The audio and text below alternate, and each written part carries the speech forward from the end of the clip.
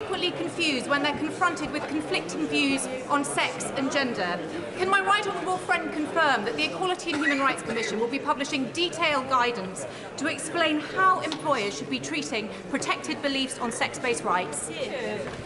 Secretary. I thank my honourable friend for that question. The Government will be supporting the Equality and Human Rights Commission in developing a statutory code on workplace harassment. We'll be working closely on this. And the Government is also preparing its own practical guidance for employers on preventing sexual harassment in the workplace, which should address the very issues which she's just raised.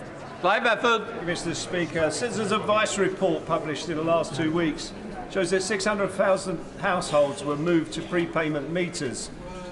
There are bound to be many people who are vulnerable and disabled who have been moved onto those prepayment meters in that time. Could she say what she's been doing to ensure that that practice ceases and to protect those people in the future? Well, I thank the honourable gentleman for raising that issue, and I believe it's going to be discussed further between the Department for BEIS and also with the support that we give at DWP. I'm very proud to be bringing forward the next stage of the Household Support Fund and the cost of living payments. And I would say to anybody who is concerned about making payments, contact their energy supplier, use the benefits calculator on .gov.uk, and also make sure they look at the support for the cost of living household support fund through their local authority. Little Richards. The group are reported to be committing, by the UN and others, atrocities atrocities including rape against women and girls in Ukraine on behalf of their Russian paymasters. So will the Secretary of State raise this with Cabinet colleagues and urge the government to prescribe the group as a terrorist organisation?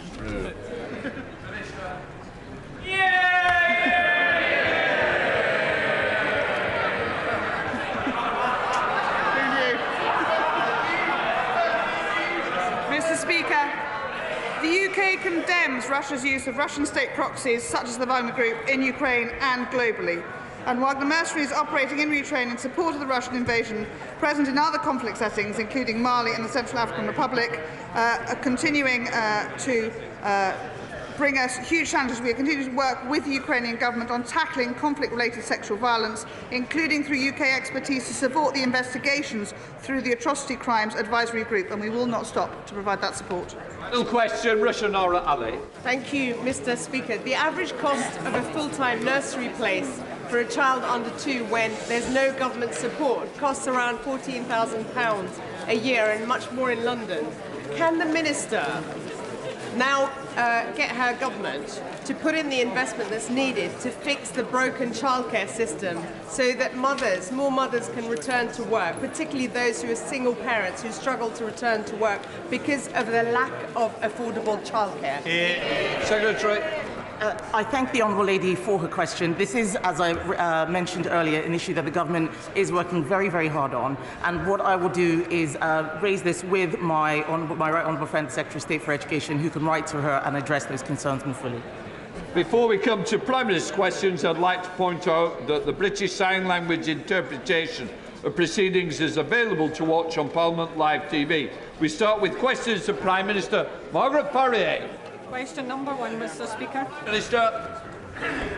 Mr. Speaker, can I start by wishing everyone a happy Burns Night, especially to those celebrating in Scotland. And, Mr. Speaker, as we prepare to mark Holocaust Memorial Day, I'm sure the whole House will join me in paying tribute to the extraordinary courage of Britain's Holocaust survivors, including 94-year-old Eric Hirsch, who is with us here today. This government will legislate to build the Holocaust Memorial and Learning Centre next to Parliament, so the testimonies of survivors like Eric will be heard at the heart of our democracy by every generation to come. Mr. Speaker, this morning I had meetings with ministerial colleagues and others. In addition to my duties in this House, I shall have further such meetings later today. Thank you, Mr. Speaker. Shockingly, 1 in 6 women in the UK have experienced economic abuse. This is not just about money, but the restricting of access to other resources like food, housing or work. It's the lesser-known aspects of coercive control. It affects my constituents, the Prime Minister's constituents, and every member across this House. What plans does the Prime Minister have to review in detail government departments and policies, the way that government departments and policies can be exploited by abusers to ensure that these loopholes can be closed? Well, Prime Minister. Well, Mr. Speaker, the Honourable Lady raises an important point, and let me assure her that this government is committed to tackling violence against women and girls. That's why we passed the landmark Domestic Abuse Bill, introduced new offences, for example, coercion, coercive control, stalking and others, and will continue to do everything we can to ensure women and girls feel as safe as they deserve and rightly should be. Marco Longi. Thank you, Mr. Speaker. While I was disappointed that Dudley did not make the final cut in the latest Levelling Up funding round, I am, of course, pleased that we received the £25 million Towns deal, the brand new Duncan Edwards leisure facility, and a transport interchange project secured since my election in 2019. But our high street, Mr. Speaker, is on its knees. So will the Prime Minister meet with me and Dudley Council to discuss our levelling up bid and how we can ensure success in the next round? Well, Mr. Speaker, my honourable friend is a great advocate for his constituents. And I'm delighted that, thanks to his efforts, Dudley has received £25 million from the Towns Fund. I know there will be disappointment about the Levelling Up Fund, but all bids, including that made by Dudley Council, can receive feedback to strengthen their bid for future rounds of funding, and I would be very happy to meet him further to discuss. We now come to the Leader of the Opposition, Keir Starmer. Thank you, Mr. Speaker. This week we will remember the 6 million Jews murdered in the Holocaust and all those scarred by genocide since, as we mark Holocaust Memorial Day. We must all commit across this House to defeat prejudice and hatred wherever we may find it. To work for a better future, we must find light in the darkness. I can also join the Prime Minister in wishing everyone a happy Burns night. Mr. Speaker, Zara Alina was walking home from a night out with her friends when she was savagely attacked, assaulted and beaten to death. Zara was a brilliant young woman, a trainee lawyer with a bright future. Her killer is a violent, racist, woman-hating thug, not fit to walk the same streets. No. But that's precisely the problem. He was free to walk the same streets. Yeah. The inspectorate report into her case says that opportunities were missed by the probation service that could have prevented this attack and saved her life. Does the Prime Minister accept those findings? Minister. Mr. Speaker, this was a truly terrible crime. And as the Chief Inspector has found, the failings in this case, and indeed others, were serious and indeed unacceptable. In both of the cases that are in the public domain, these failures can be traced to failings in the initial risk assessment, and that's why immediate steps are being taken to address the serious issues raised. Keir Starmer. I'm glad he accepts those findings. The report also says that staffing vacancies and excessive workloads contributed to those fatal failures. And it makes absolutely clear this was not a one-off. As the report says, these are systemic issues in the probation service. They're clearly ministerial responsibilities.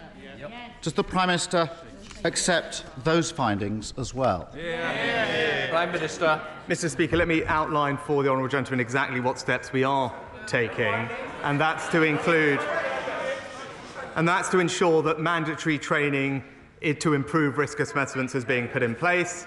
It's mandating checks with the police and children's services before a probation officer can recommend to the court that a convicted offender be given electronically monitored offence, and implementing new processes to guarantee the swift recall of offenders. And the action we are taking is already making a difference, as for example, we see in the reduction of the number of electronically monitored curfews being given by the courts. Keir Starmer. Mr. Speaker, it was Barking, Dagenham and Havering that tragically and fatally let Zara down. But across the country, probation services are failing. After a botched, then reversed privatisation, after a decade of underinvestment, it's yet another vital public service on its knees after 13 years of Tory government. I spoke to Zara's family this morning. It's hard to convey to this House the agony that they've been through. They say that the government has blood on their hands over these failings. He's accepted the findings of the report. Does he also accept what Zara's family say? Prime Minister. Well, Mr. Speaker, my heart, of course, goes out to Zara's family. He mentioned accountability. The probation services has taken action where failings have been found and where that has been appropriate. And with regard to the overall service, because of the extra investment we're putting in, there's now £155 million a year being put into the probation service so that we can deliver better supervision of offenders. There's also been an increase in the number of senior probation officers. But one of the other things we must remember, Mr. Speaker, if we do want to increase the safety of women and girls out on our streets, that we need tough sentencing. And that's why this government passed the Police Crime and Sentencing Act, which the honourable gentleman opposite and his party opposed. In light of the case of Zara, I really don't think the Prime Minister should be boasting about the protection that he's putting in place for women. And I'm not going to take lectures from him about that. Does the Prime Minister agree that any politician who seeks to avoid the taxes they owe in this country is not fit to be in charge of taxpayer money? Well, Mr. Speaker, I'm pleased to make my position on this matter completely clear to the House. The issues in question occurred before I was Prime Minister. With regard to the appointment of the Minister without portfolio, the usual appointments process was followed. No issues were raised with me when he was appointed to his current role. And since I commented on this matter last week, more information has come forward. And that is why I have asked the independent adviser to look into the matter. Now, I obviously can't prejudge the outcome of that, but it is right that we fully investigate this matter and establish all the facts. Mr. Speaker, he avoided the question. I think anybody watching would think it's fairly obvious that someone who seeks to avoid tax can't also be in charge of tax. Yet, for some reason, the Prime Minister can't bring himself to say that or even acknowledge the question. Now, last week, the Prime Minister told this House that the chair of the Tory party had addressed his tax affairs in full and there was nothing to add. This week, after days of public pressure, the Prime Minister now says there are serious questions to answer. What changed? Prime Minister. Mr. Speaker, I know he reads from these prepared sheets, but he should listen to what I actually say.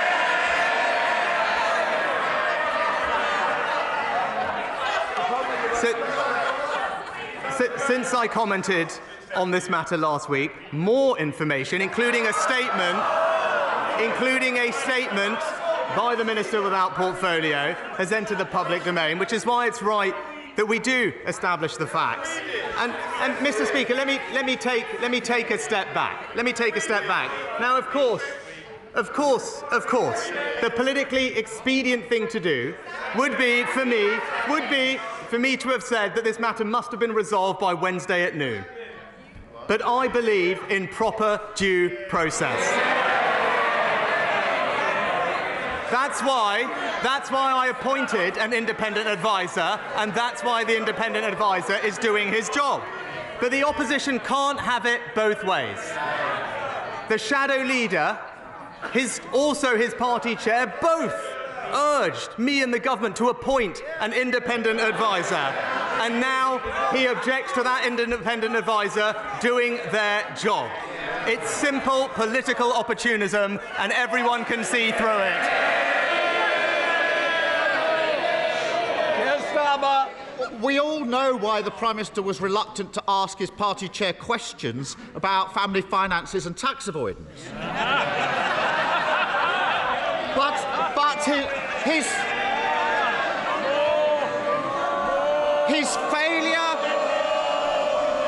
his failure to sack him, when the whole country can see what's going on, shows how hopelessly weak he is. A Prime Minister overseeing chaos, overwhelmed at every turn. He can't say when ambulances will get to heart attack victims again. He can't say when the prison system will keep streets safe again.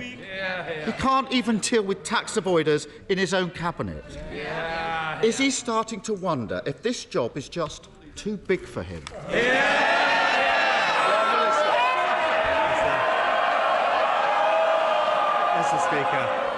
Mr. Speaker, the difference between him and me is that I stand by my values and my principles even when it is difficult.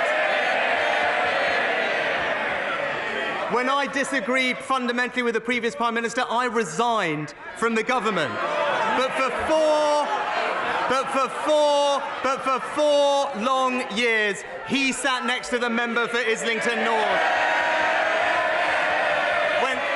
When anti-Semitism ran rife, when his predecessor sided with our opponents. That's what's weak, Mr. Speaker. He has no principles and just petty politics.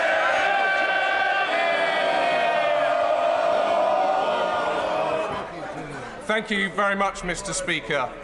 For our most vulnerable children, school is often their principal place of safety as well as education. But as reported in my review of school exclusions for the government in 2019, the unacceptable and illegal use of off-rolling is still shutting a worrying number of children out of the classroom, out of learning and out of the protection they need from gangs, violence and domestic abuse. And whilst there has been some impressive and excellent work done by the Department of Education to address this terrible practice, what more can my right honourable friend do to ensure that we now permanently exclude off-rolling from our schools?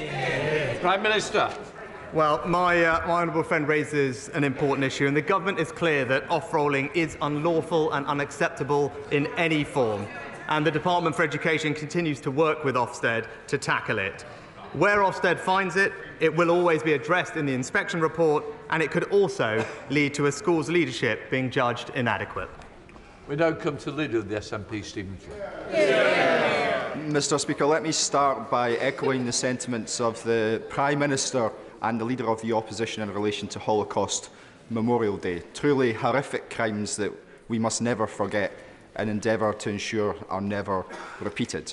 May I also send my heartfelt thoughts, and indeed I hope those of all across the Chamber, to the firefighter who's in serious condition in Edinburgh at this moment in time following the blaze in Edinburgh just a few days ago. Mr. Speaker, may I ask the Prime Minister, what advice would he have for individuals seeking to protect their personal finances? Should they seek out a future chair of the BBC to help secure an £800,000 loan? Should they set up a trust in Gibraltar and hope that HMRC simply don't notice? Or should they do as others have done and simply apply for non-dom status? Prime Minister. Mr. Speaker, let me share with the honourable gentleman expressing my sympathies to the families and indeed the firefighter who's currently in hospital. I'm sorry to hear that and wish him a speedy recovery. Mr. Speaker, I'm proud of the record of this government is supporting the most vulnerable in our society. Just this winter, helping all families £900 with their energy bills, raising the national living wage to record levels and ensuring that our pensioners get the support they need. That's what this government is doing to ensure financial security in this country. McLean. I'm not sure what question the Prime Minister thought I asked, but that certainly was not it, Mr. Speaker. But let's be clear about this. This is now a matter of the Prime Minister's own integrity and accountability. After all, when there was questions about the Home Secretary, and concerns about her role in relation to national security, he chose to back her. Now the chair of the Tory party, he's choosing to back him despite a £5 million penalty from HMRC. And of course, he's seeking to protect the former Prime Minister despite his cosy financial relationship with the chair of the BBC. Is it little wonder that people in Scotland may well just consider the Tory party to be a parcel of rogues? Mr. Speaker, what I'm standing up for is proper due process. That's why we have an independent adviser. It's right that the independent adviser conducts his investigation. That's how we will ensure accountability, and that's what I will deliver. Rob Roberts. Thank you, Mr. Speaker. Wales has almost 40 times more people than England waiting more than 2 years for NHS treatment, despite having less than 5% of the population. Sad case of devolve and forget, unfortunately, which does a disservice to my constituents in Delyn. Could the Prime Minister confirm that the UK Government remains concerned about the healthcare of the people in Wales? And given that the North Wales Health Board has had it for 8 years, could he come up with a way of putting the Welsh Labour Government into special measures? Prime Minister. Well, Mr. Speaker, as the honourable gentleman highlights, the NHS right across our union is facing pressure because of some of the challenges of flu and COVID in particular, causing high bed occupancy this winter. We are focused on delivering on the people's priorities and bringing down the backlog. We've currently already eliminated waits of over 2 years, and as the honourable gentleman says, there's more to go. That's why our investment this week into mental health treatment will ensure that we can ease the pressure further in A&E, and I continue to delivering that across the country. Sir Geoffrey Donaldson. Thank you, Mr. Speaker. Can I echo the comments of the Prime Minister in relation to Holocaust Memorial Day? And as we think of the situation in Ukraine, we also extend our best wishes to President Zelensky on his birthday today. Freedom of religion or belief is important in this country. Isabel von Spruce was praying silently outside an abortion clinic in Birmingham when she was arrested and questioned by the police, not about her written or spoken words, but about her thoughts. We value freedom of religion or belief in this country. Will the Prime Minister commit to examine the laws of the United Kingdom to ensure that this country remains a beacon for freedom of religion or belief across the world? Prime Minister. Well, Mr. Speaker, of course,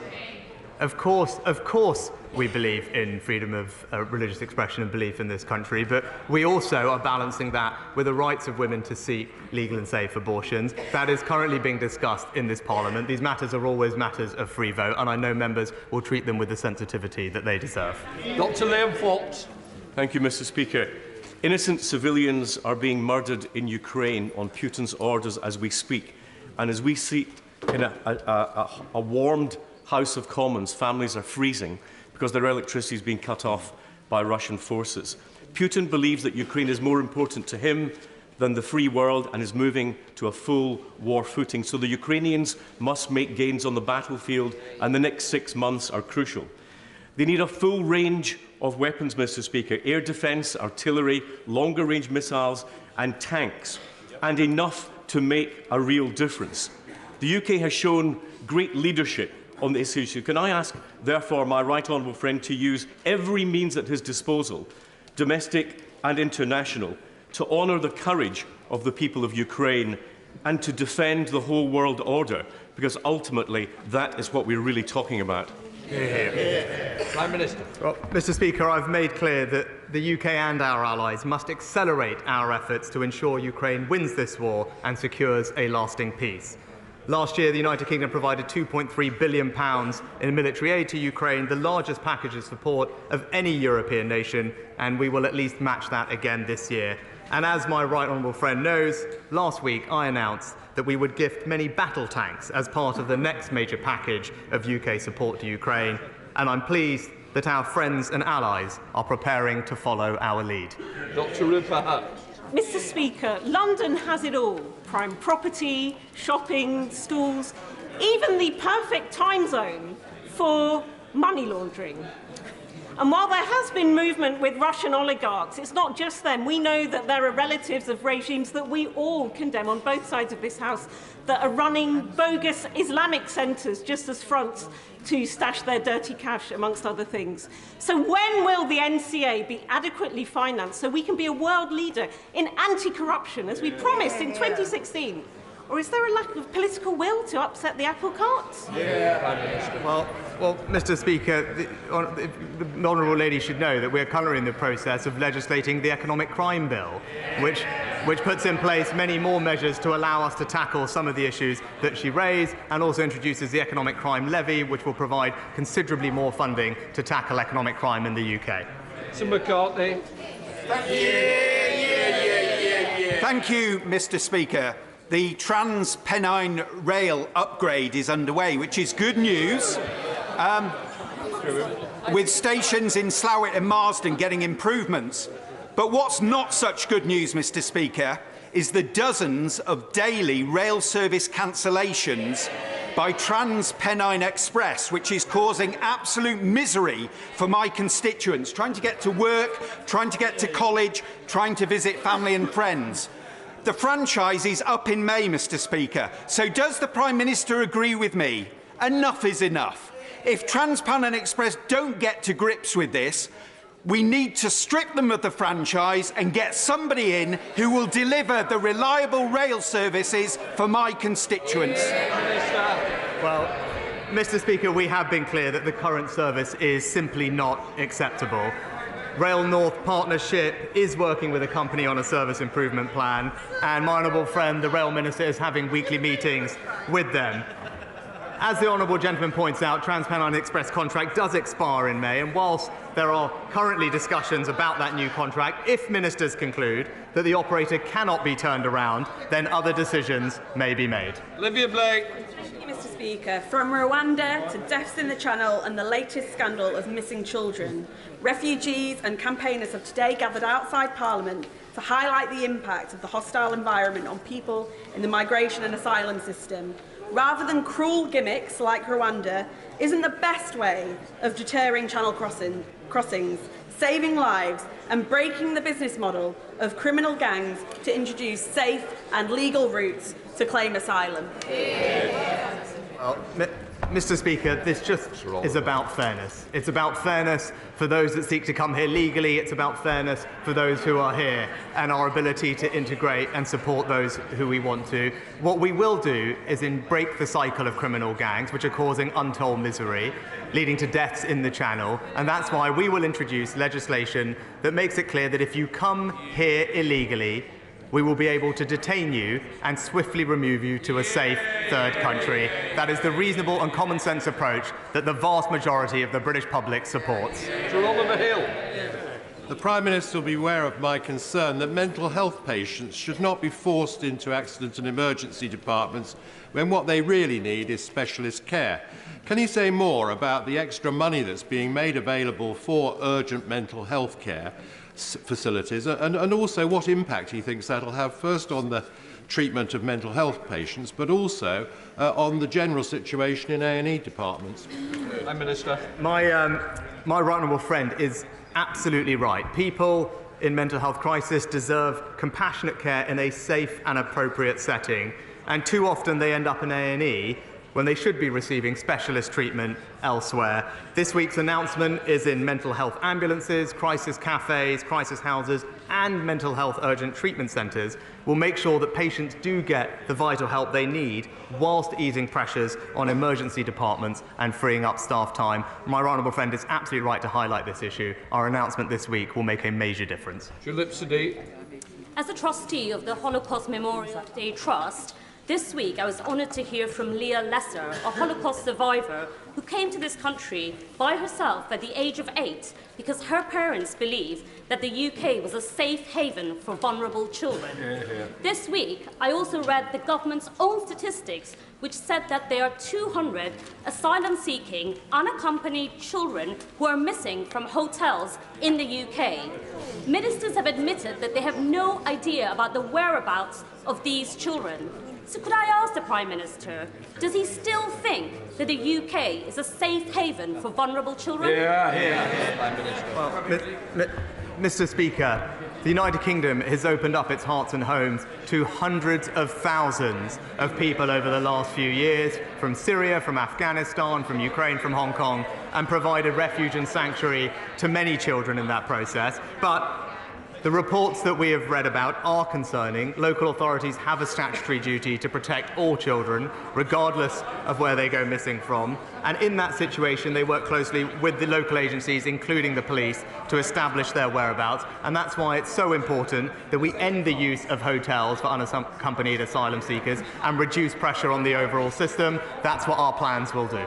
James Duddridge. Thank you, Mr. Speaker. Constituents in Southend and Rochford very much welcome the energy bill support scheme that's helped 99% of households around the United Kingdom with rising fuel prices, despite Putin's barbaric war in Ukraine. Can the Prime Minister assure my constituents, and indeed this House, that he's committed to continue helping with the cost of living, not only this winter, but next winter?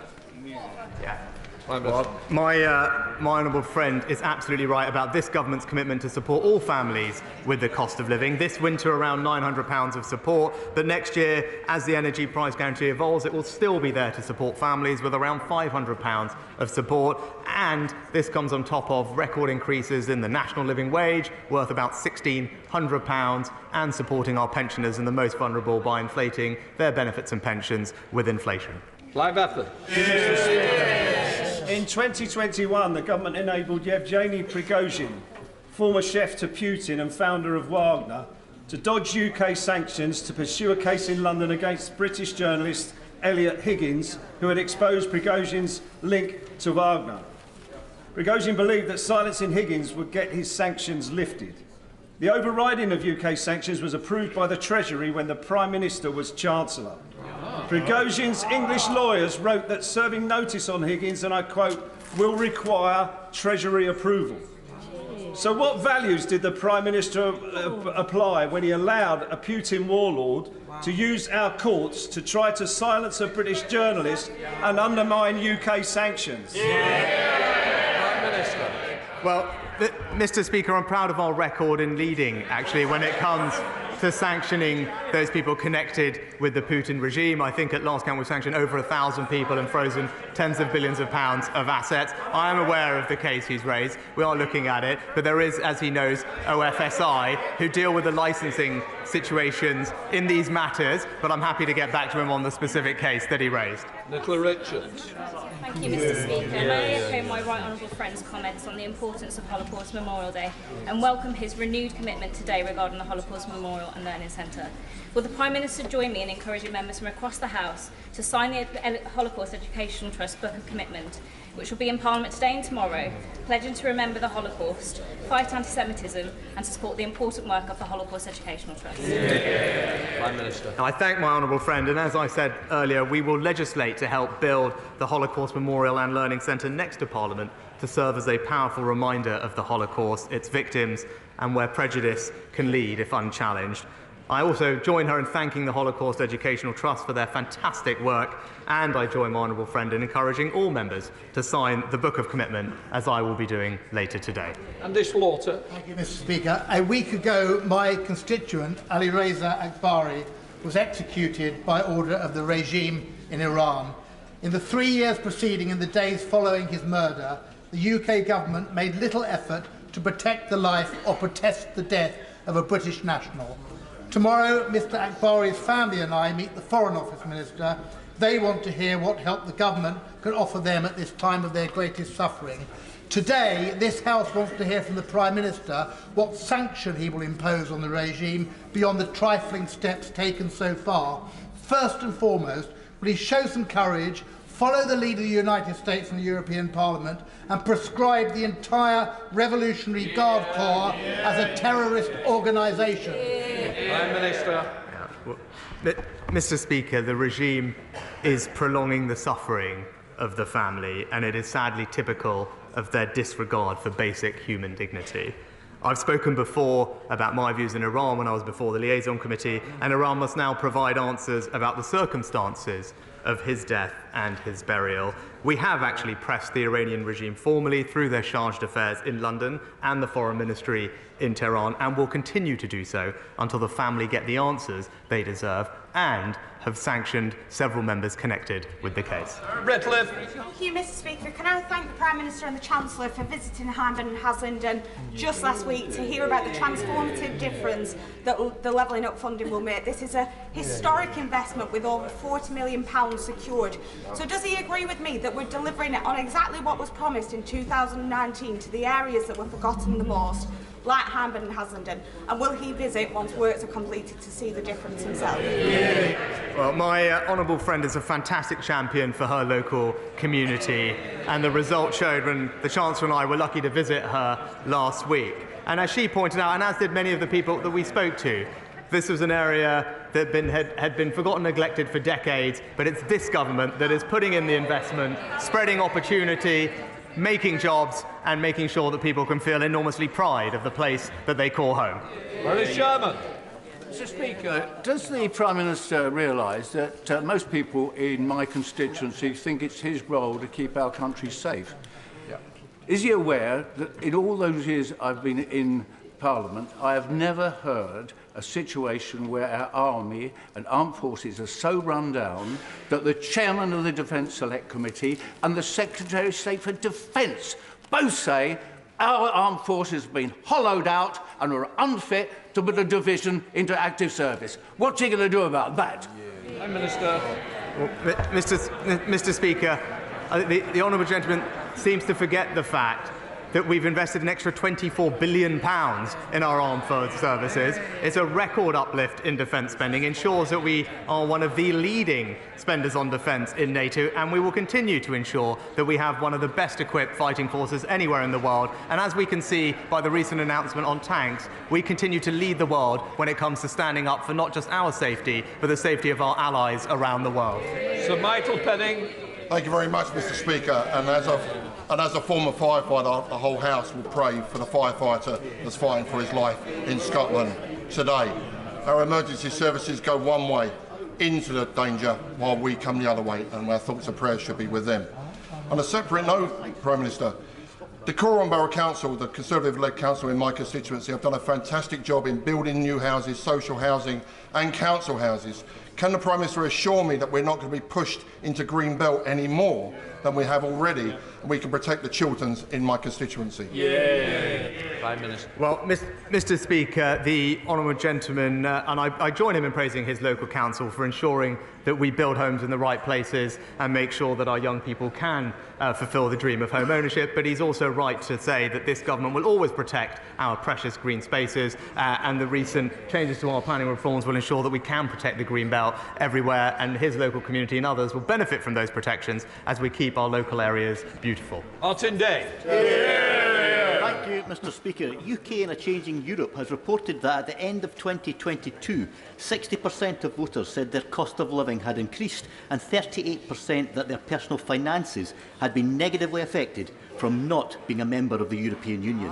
While OBR forecasts a 4% reduction in GDP, only 2/5 of which have already happened. Surely the Prime Minister would agree with me, with the electorate and the experts, that Brexit has only served to exacerbate cost of living and economic challenging facing these islands. Prime Minister. Mr. Speaker, Russia's illegal war in Ukraine and the impact it's had on energy supplies has nothing to do with Brexit, Mr. Speaker. But what we are doing is ensuring that we can support families with those cost of living pressures. That's why we provided £900 of support this winter with energy bills. That's why we're increasing the national living wage to record levels, and we will continue to stand behind Britain's families until we can bring inflation back down to where it belongs. Virginia Crosby. Mr. Speaker. I know the Prime Minister will share my concerns at the news this morning that 730 people may lose their jobs at the Two Sisters chicken factory in Llangefni, one of the largest employers on Ynys Môn. What support can the government offer to both my constituents who are affected by this devastating news and the wider community at this difficult time? Mr. Speaker, I'm very sorry to hear about the job losses that the Honourable Lady raises. My thoughts are with those affected and their families. I know how distressing that will be for them. I'm pleased to say that DWP has procedures in place to support communities when situations like this arise, and we will work very closely with her to do what we are doing everywhere across the country, and that's provide good, well-paid jobs for everyone, because that is the best way to build a happy and secure life. Caroline Harris. Thank you, Mr. Speaker. Exercise is essential for both physical and mental well-being, but with spiral energy costs, many venues, like the Freedom Leisure Centres in my constituency, are struggling to cope. While some sectors will receive extra support, the sport and leisure industry will not. If the Prime Minister agrees with me that this sector is vital to the long-term health of our communities, why is his government not providing them with the financial support they need to thrive? Prime Minister. Well, Mr. Speaker, of course I agree with the Honourable Lady that exercise and leisure centres are important, and that's why we provided significant support to them during COVID and beyond. And with regard to energy prices now, the Chancellor has set out the new relief scheme that will run after the current one expires. It provides considerable support to all sorts of organisations up and down the country, and I'm sure it will benefit many businesses and organisations in her constituency. I understand that the case referred to by the Right Honourable Member for Lagan Valley is currently before the courts. It is therefore covered by the House's sub judice resolution and should not be referred to in this House. It is, of course, open to any member to ask I waive the resolution in particular case, but that has not happened in this case, and so therefore should not be discussed at all. I'm going to leave it at that. Right. Sends PMQs before I call the urgent question. We'll let you know.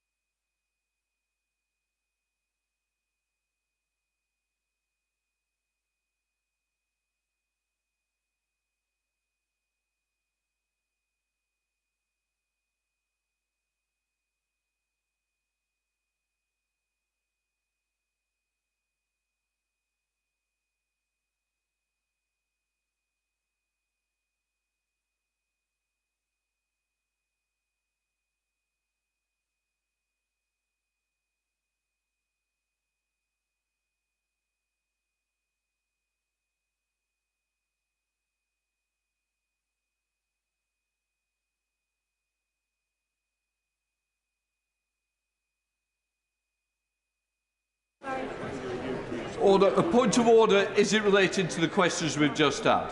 Olivia Blake. Thank you, Mr. Speaker. Apologies, I forgot to refer the House to my register of interests for the support I received from the RAMP project and my APPG co-chairship of migration. Apologies. Thank you. Right, let us move on to the urgent question. David Lammy. Well, thank you very much, Mr. Speaker. To ask the Minister if he will make a statement on reports that the UK government assisted the Wagner Group, head Evgeny Prigozhin, in circumventing the UK sanctions regime. Minister. Thank you, Mr. Speaker. The war in Ukraine, as we all agree, is a barbaric, illegal incursion into a sovereign nation by another. It has resulted in tens of thousands of deaths, mass displacement and an ongoing humanitarian catastrophe. We will always stand up for our friends and allies, and we are proud to have led the world's response in partnership with our allies in supporting Ukraine in their fight against Putin's aggression. We'll deliver tanks to roll back any Russian advance, continue providing aid to help Ukrainians as they defend their homeland, and have unveiled the most stringent sanctions on any country at any time in our history. We want to use economic sanctions to starve Putin's war machine and put direct pressure on every individual involved in the decision to go to war and continue to make war on Ukraine. In response to the question lodged today, it is a long-standing custom that the government does not comment publicly on individual cases. It would not be appropriate to break this custom, even in a case as serious as this, where there is obviously public interest. However, I want to outline how, to date, the general approach taken by the Treasury's Office of Financial Sanctions Implementation, called OFSI, Mr. Speaker, in cases where persons designated under sanctions seek licences for legal fees, and how that has been followed for strong constitutional reasons. Within the sanctions regime broadly, because everyone has a right to legal representation, it is possible for frozen assets to be used to pay for that legal representation. The OFSI grant licences to allow sanctioned people to cover their own legal fees, provided that the costs are reasonable. To be absolutely clear, decisions on the issuance of licences for legal fees are largely taken by OFSI officials in line with standard practice. The principles and guidance for assessing these applications are long-standing and have been published for a number of years. Applications are assessed solely on a costs basis, and as a country with checks and balances, it is right that the relevant court should decide the outcome of the substantive merits of a case rather than the government. However, I can confirm, in light of recent cases and related to this question, the Treasury is now considering whether this approach is the right one, and if changes can be made without the Treasury assuming unacceptable legal risk and ensuring that we adhere to the rule of law. In advance of that, I know this entire House shares the same goal, to support Ukraine and see all of those behind the invasion punished for their complicity, and the government will continue to take a hard line on all those responsible. Mr. Speaker, I think the whole House will be shocked at the evasiveness that we just saw from this minister, given the seriousness of this case. Mr. Speaker, for years, the Labour Party has been calling for the government to clean up London laundromat effectively and stop London homes being used as bitcoins for kleptocrats. For months, the opposition has stood shoulder to shoulder with the Foreign Office in coordinating sanctions against Putin and his inner circle. But yesterday, we found out that the Treasury, then under the leadership of the current Prime Minister, issued special licences that allowed Evgeny Prigozhin to circumvent sanctions issued before Putin's illegal invasion of Ukraine. The government appears to have granted a waiver for a warlord that enabled him to launch a legal attack on a British journalist. This is a perfect example of a slap lawsuit designed to silence critics through financial intimidation. Prigozhin is one of the most dangerous and notorious members of Putin's inner circle. The Wagner Group, which he leads, is responsible for appalling atrocities in Ukraine and around the world. If the now Prime Minister's Treasury had any hand in alleviating pressure on Prigozhin, I'm sure every member across this House would agree that this would be absolutely unconscionable. So I asked the Minister, and I asked him to answer these questions for the whole House. Did a Minister authorise the granting of a licence or exemption to Prigozhin? When did ministers become aware of this incident, and what actions have they taken? Will he commit today to an independent investigation of this controversy? Will he commit to urgently review the law regarding slap suits so that oligarchs and warmongers cannot bully and harass journalists and critics? And when will the government introduce restrictions on the provision of legal services to Russia, as the European Union already has? Minister. Well, I am very grateful to the right honourable gentleman. It takes us back to our Ministry of Justice days when I was on the other side from him then. I'm not being evasive. I'm standing up in front of the House of Commons to answer the question, Mr. Speaker. And let me just start with the important point about, he's mentioned about the Prime Minister, who he's quite right was Chancellor of the Exchequer at the time.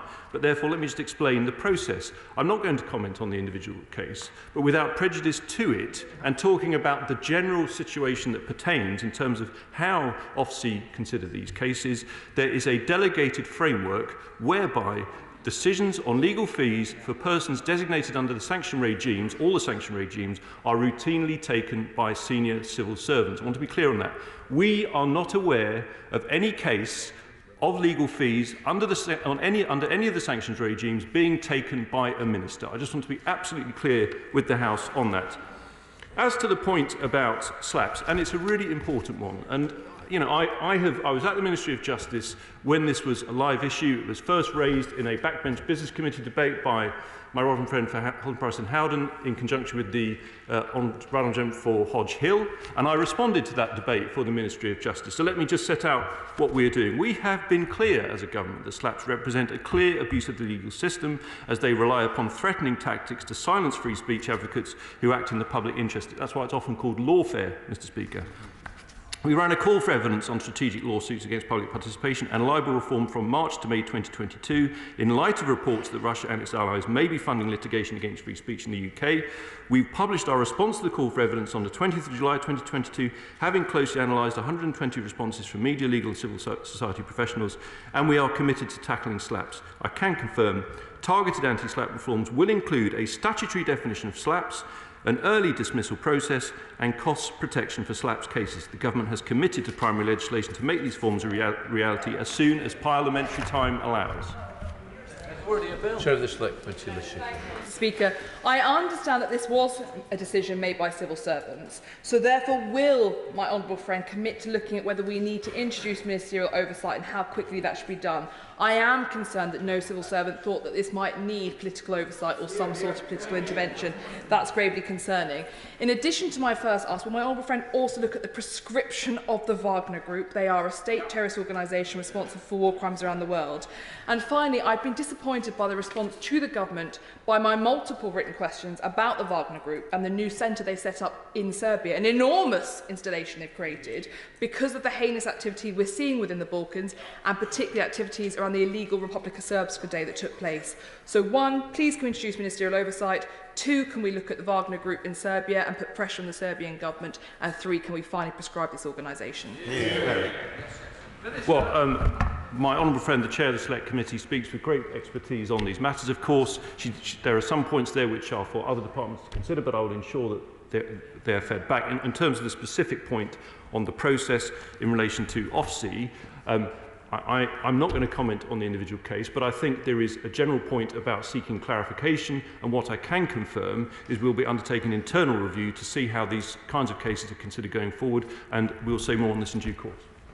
SNP spokesperson Drew Hendry. Thank you, Mr. Speaker. Despite the Minister's gymnastics on this issue, it's clear that there are still serious and systemic links between the UK government and Russian political elites. In 2021, the operations, tactics and human rights abuses of the Wagner Group were well known. The EU and the UK imposed sanctions on Yevgeny Prigozhin as Wagner leader for this very reason. These revelations present a serious and immoral disregard for human rights obligations and due process at the heart of his government, and all on the current Prime Minister's watch, as he was Chancellor at the time. So will the Minister confirm what advice, legal or otherwise, prompted the Treasury to enable Prigozhin's activities in this matter? It is not beyond his capability, legally or otherwise, to tell us who made the decision to override that. And will the Minister confirm what actions his government will now take to ensure, as a result of these revelations, that the Prime Minister's promised integrity, professionalism and accountability at every level will be followed through? Hear, hear. Well, gravely, I think he was he also submitted a similarly worded urgent question this morning, and I obviously respect that point. There's no gymnastics here. I'm just stating out what is the position. Just to be clear, he asked about any legal advice and so on. Within the sanctions regime broadly, because we are a country with the rule of law and everyone does have a right to legal representation, it is possible for frozen assets to be used to pay for that legal representation. This is about sanctioned individuals. The Office of Financial Sanctions obviously grant licences to allow sanctioned people to cover their own legal fees, provided that the costs are reasonable. To be clear on this point, decisions on the issuance of licences for legal fees are not and should not be political and are largely taken by office officials in line with standard practice. And as I said a few moments ago, we are not aware of a case relating to illegal fees under any of the sanctions regimes where a minister took the decision. David Davis. Thank you, Mr. Speaker. I welcome the Minister's assertion that there's going to be a review of this approach, but I ask him to make it quick, because even the Treasury's press release today indicates a level of misunderstanding by the officials, claiming a fundamental or absolute right to legal representation. Of course, you have right to representation if you're defending yourself in court. There is no fundamental right to use legal representation to destroy somebody else or shut down free speech. Minister. Well, I'm grateful to my right friend, and as he knows, I responded to his business today. He's been incredibly consistent in calling for actions on these points, and I very much respect that. I would just say that I do think that the right to legal representation is a fundamental tenet of our democracy, and that can mean that individuals and persons who we and I'm not commenting on the specific case, but it can mean that individual persons who we find distasteful therefore have a right to legal representation. Let's not forget, even at the Nuremberg trials, people who had committed the most heinous crimes in the history of the Western world were legally represented. Dame Margaret Hall. Thank you, Mr. Speaker. I have to say I've never seen such a case of lack of professionalism and lack of integrity and lack of accountability as this particular case. It absolutely astounded me. I thought it was unbelievable. And can I say to the Minister, it's not an isolated case in the way that these things are decided. There is the case of Petra Avon, who has been given a licence, and it is thought in the press that he's going to be able to spend up to £600,000 a year on so-called household expenses, which include buying and selling Bentley cars and other luxuries, which are just outrageous, so that by the time the sanctions stop, the resources, the sanctioned assets, would have disappeared. Can I also say to the Minister, I think this issue of individual confidentiality doesn't play here. No. The Foreign Office publishes a list of the names of the individuals, and I think we do have the right, therefore, to know what went wrong in this particular case, and he should report to Parliament. And I think, furthermore, I also welcome the fact that there is a review going on the way the office regime goes, but that should be also reported to Parliament. And I think the third thing I would ask of him is that he gives a commitment that that general licence on legal fees will not be rolled over beyond when it expires on the 27th of April 2023. Minister. I will also go to the Honourable Lady. I previously answered an urgent question on a matter relating to dividends in Russia, which she had tabled. And again, I respect the fact she's very consistent in a range of points that relate one way or another to this issue. What I would say to the Honourable Lady is, is in relation to the specific case she mentioned, she knows I can't go into detail of it. I do think it's very important that we preserve that. There's all kinds of reasons for that point, and I suspect, and I may be wrong, but I think it would continue under any future government because there's very good reason for it. And for that, that's why we talk about the sanctions regime in aggregate rather than discussing individual confidential cases. And if we take the overview, the top overview, this country is doing everything possible, Mr. Speaker. We have a situation with Ukraine where we know that our position is that we are not directly deploying our armed forces into the theatre. So therefore, we have to use every other lever at our disposal, including sanctioning over 1,200 individuals and 120 entities, frozen the assets worth £18 billion. It is a very ambitious sanctions regime. We should be proud of what we're doing as a country to support Ukraine. We have played a key role in helping them to withstand the Russian invasion, but of course we recognise there is more to do. Bob Seeley. Thank you very much indeed, Mr. Speaker. I'm not going to talk about an individual case, and I know the government is doing, frankly, very good work on the Economic Crime Bill and the Bill of Rights, and certainly on this side of the House we all support that and recognise its importance. I want to talk specifically about the SLAP's primary legislation and where is it going to come.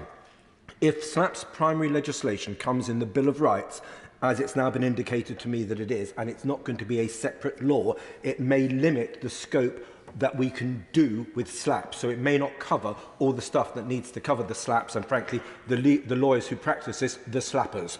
So we need a separate primary legislation, a slaps bill. I introduced one yesterday.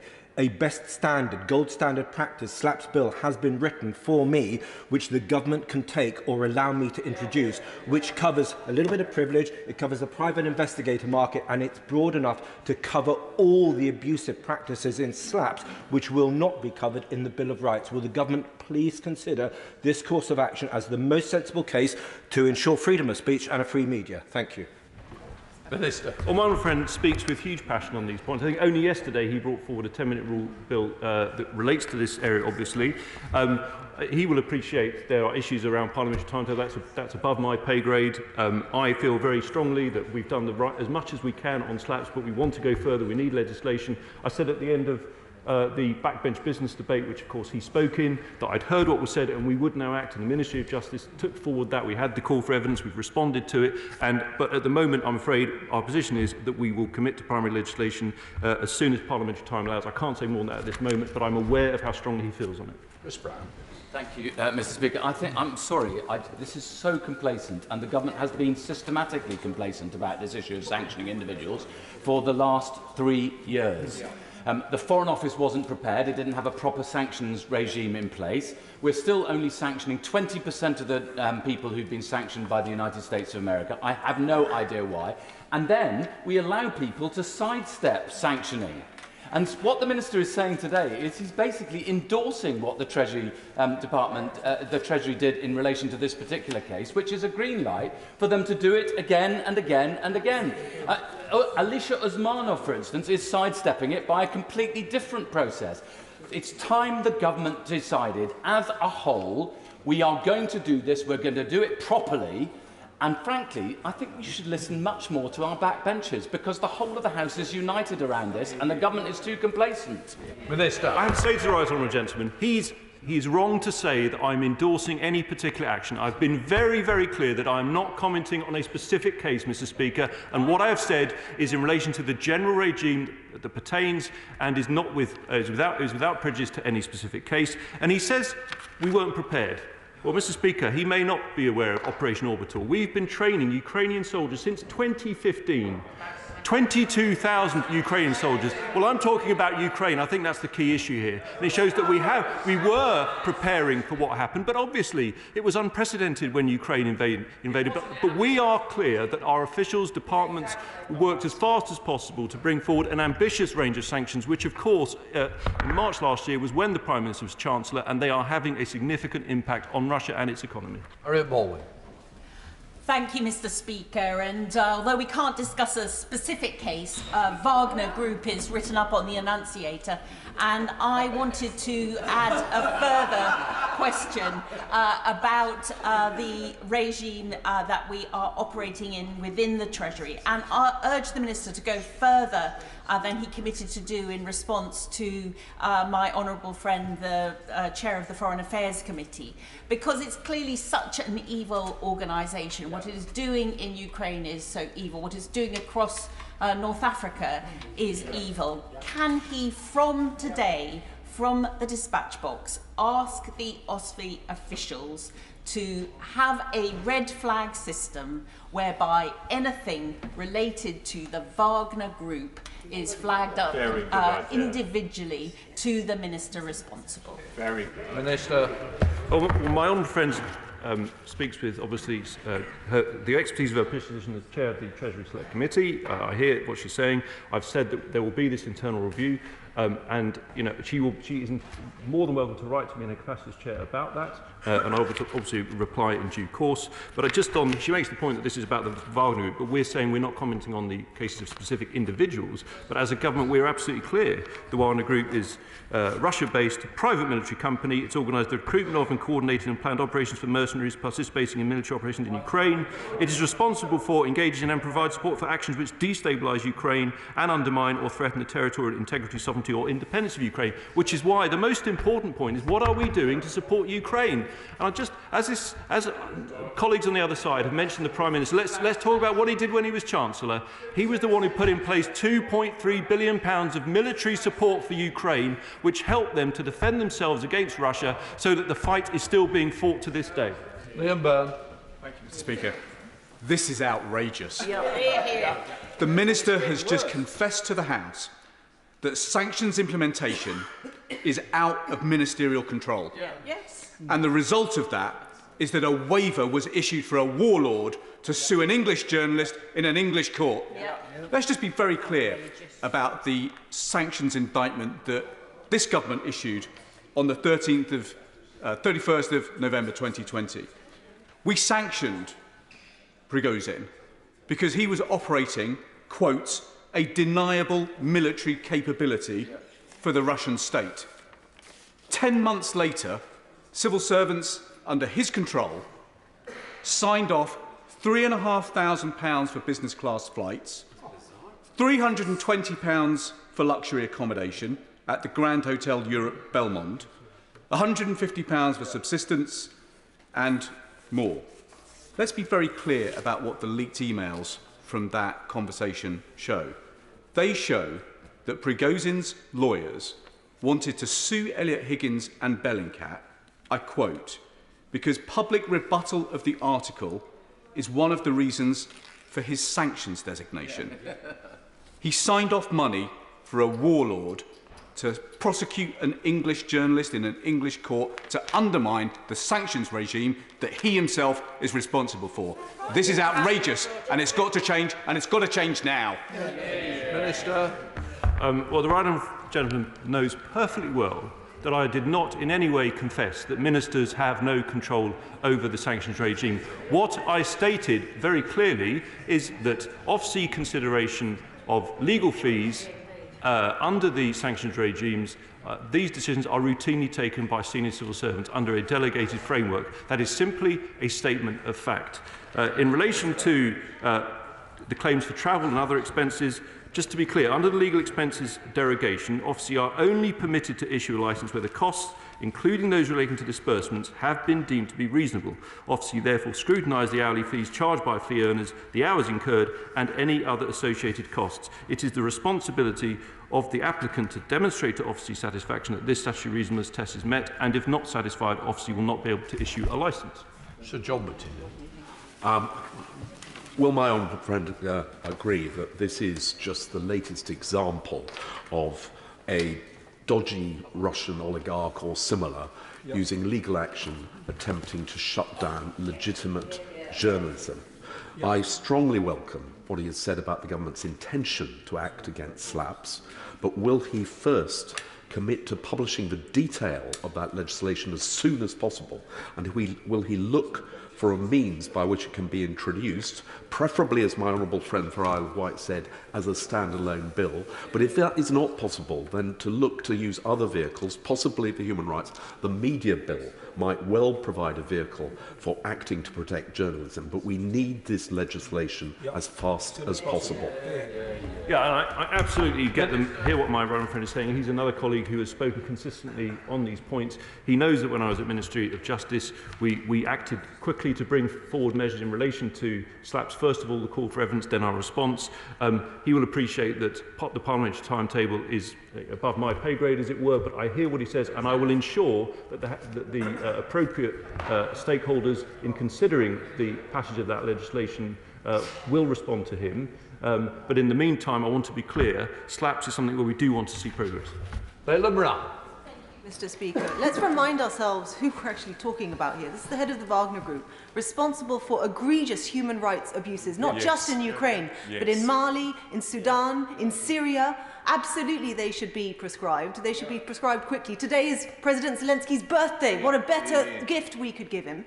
But on the review itself, that's going to take time. Can he assure the House that in the interim, a minister will look at every single case between now and then, until the regime is cleared up? And will he answer the question, will the results of this review come to this House so that we as parliamentarians can scrutinise? Because clearly, Treasury and the ministers have not been getting this right, have they? Minister.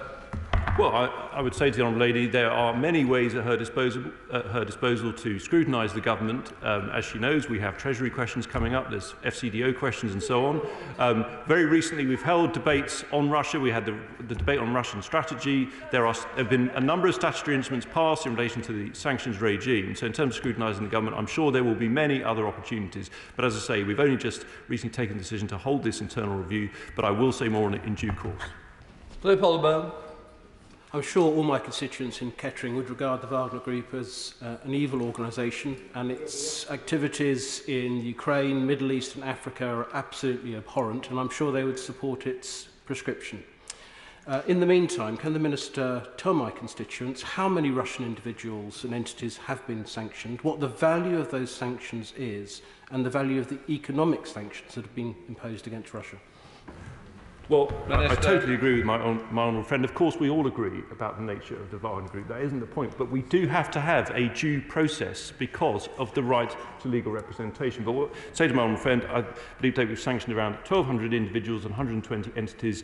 And I believe latest figures show over £18 billion of Russian assets have been frozen by our sanctions, and 3/4 of foreign companies have reduced operations in Russia. Of course, we have no quarrel with the Russian people because this will have an economic impact. But given, as I said earlier, that we are not taking a direct military posture in Ukraine itself, but doing everything else we can, it shows why we have to use every tool at our disposal, including a very strong economic sanctions package. Polly Lynch. Thank you very much, Mr. Speaker.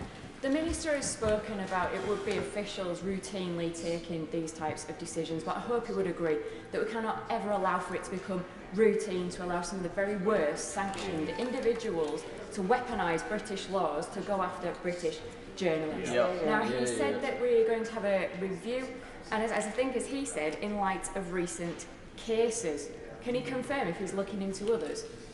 Well, I said to the Honourable Lady, whilst I cannot comment on individual cases, I absolutely agree with her that we should be looking at lawfare. We will be bringing forward that legislation. I do think we have acted quickly on that, but of course it is a complex area of law that we need to get right. But she reinforces the point that many colleagues on all sides want to see that legislation come forward.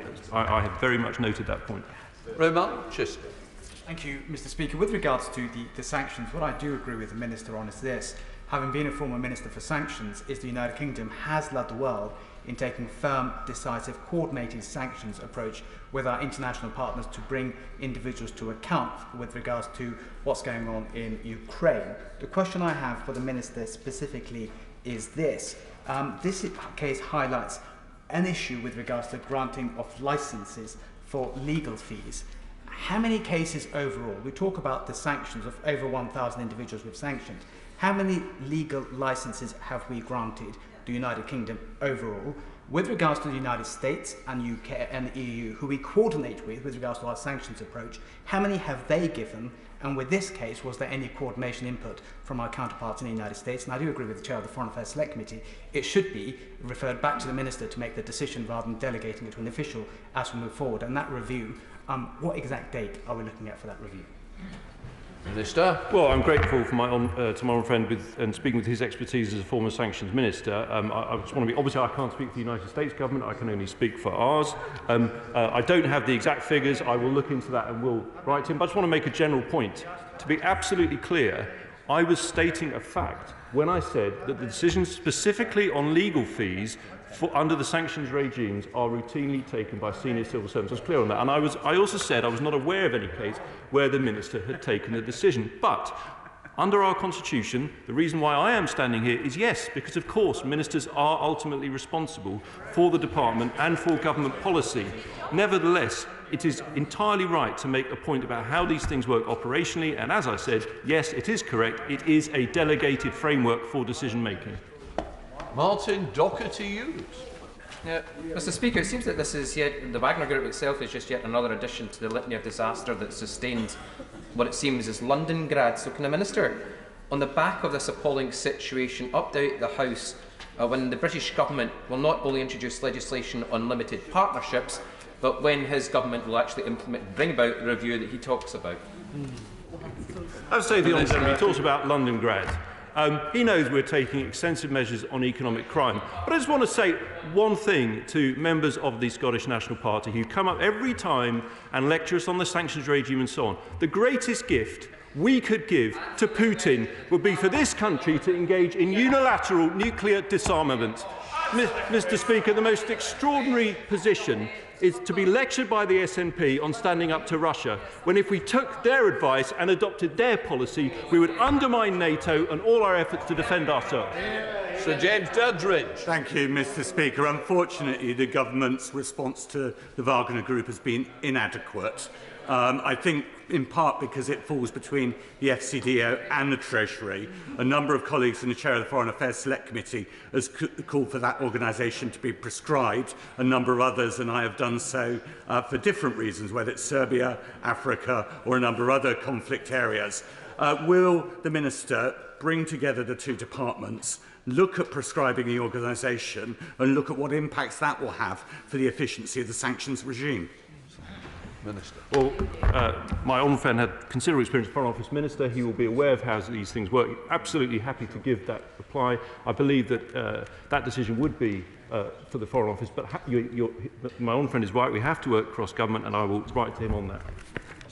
John Morrow. Speaker, and as well as the Wagner's Group murderous activities in the Ukraine, as chair of the All-Party Parliamentary Group for Africa, I'm very aware of its activities across the continent. Mercenaries in Mali, Central Africa, the Republic of Mozambique and Libya. It is targeting civilians. It is actively spreading disinformation and propping up autocratic regimes, all to defend Putin's footprint and ambitions in the continent. So is the Minister saying that it is acceptable for someone to make money from these evil activities, be sanctioned, and then get a licence from the British government to evade those sanctions in order to defend themselves legally? And if that is what they're saying, or regardless of what he is saying, what message does that send to our allies across the world? Minister. Of course we're not saying that. What we are saying is, whether we like it or not, there is a principle under democracy, under the rule of law, of the right to a defence. And therefore, we have a system in place under the sanctions regime to consider applications for legal fees to be paid for from frozen assets. That's the statement of fact of the position of how the system works. Speaker, we are continuing to sidestep sanctions here. And it's absolutely disgraceful that the Minister continues to defend that at the dispatch box.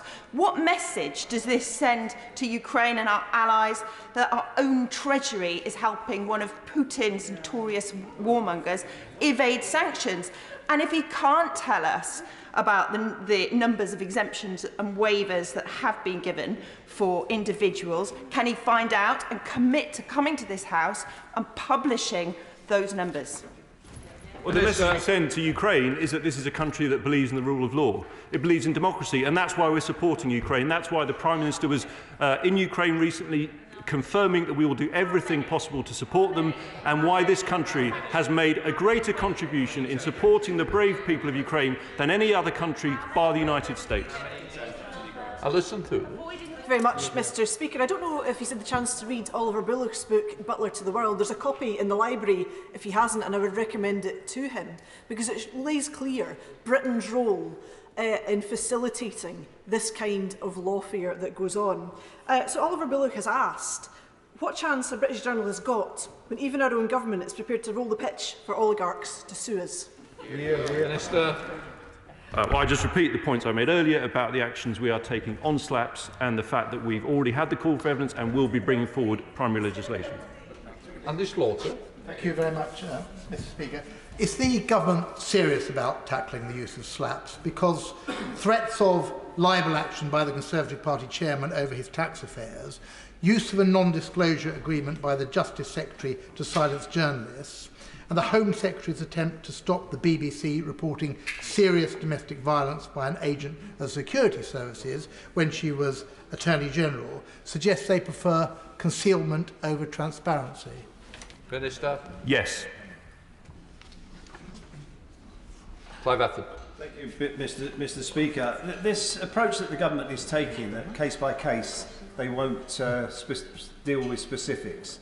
Just is an excuse to not to answer questions on specific examples that we raise in this House.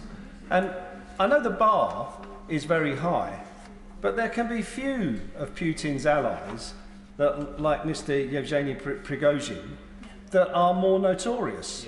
And how can it be that the minister comes to the dispatch box and says, oh, the decisions were made by a civil servant, and there's no red flag put on the file of someone of this notoriety to say, speak to a minister? Yeah. When are you going to get on and do the job you're put there for? Minister. The reason why we don't comment on individual cases is well established. I suspect it would be exactly the same under any other government, Mr. Speaker. Just to be clear, the UK sanctions regulations do not exclude payments for any particular legal services from that permission, and excluding such payments can give rise to issues about access to justice. Obviously, do not consider it appropriate for HM Treasury to effectively decide on whether a case has sufficient merit to be permitted to proceed by deciding whether to issue a licence permitting legal fees to be paid, and as such an approach would raise considerable legal concerns. David. The Minister has been asked now on a number of occasions, how many exceptions and waivers have there been over the last 2 years? The House is united. This is not a party political issue. We just demand him to come here and answer that question. And if he cannot do it now, then provide the House with details in writing. I'm grateful. I did say to my honourable friend who's since left, the former Sanctions Minister, that I would be writing him, and I'll be happy to share that with other colleagues who've asked for what information we are able to publish. I will look into that and will then write to those colleagues who've raised that point. Dave Dougan. It's very difficult to believe, Mr. Speaker, that the regime exists just now where civil servants can make this decision, especially in the case of Yevgeny Prigozhin, where anybody with a passing relationship with a newspaper would have realised that enabling this to happen would have compromised their ministers and that they didn't have such discussions. So can the Minister assure us that he will review that? And I don't want to hang a civil servant out to dry, but somebody needs to take responsibility for this decision. And does he find it a coincidence that when one of the worst commercial war criminals came to find access to justice, he turned up in London? Minister. I was, as I said, Mr. Speaker, I've merely been stating the fact, and it is the case that these decisions are routinely taken by senior civil servants. But I also said we are ultimately responsible. We, as ministers, are accountable to Parliament, and that is why we will be conducting this internal review. Owen Thompson. Mr. Speaker, I'd be very grateful if the Minister could outline to us what is it about billionaire Russians like Yevgeny Prigozhin and others that make this government feel that they're so needy of special licences to be able to dodge sanctions. Minister. Just to be clear, we don't make any of these decisions with prejudice to the legal case that the individual is pursuing. They do have a right under our law to have legal representation. What we have here is a process for considering applications to use frozen assets to fund legal fees in specific cases. Final question, Jim Shannon. Thank you, Mr. Speaker. And I recognise that the Minister has responded and tried to address the questions that have been put, and we recognise that government has at least made some of those efforts to do so.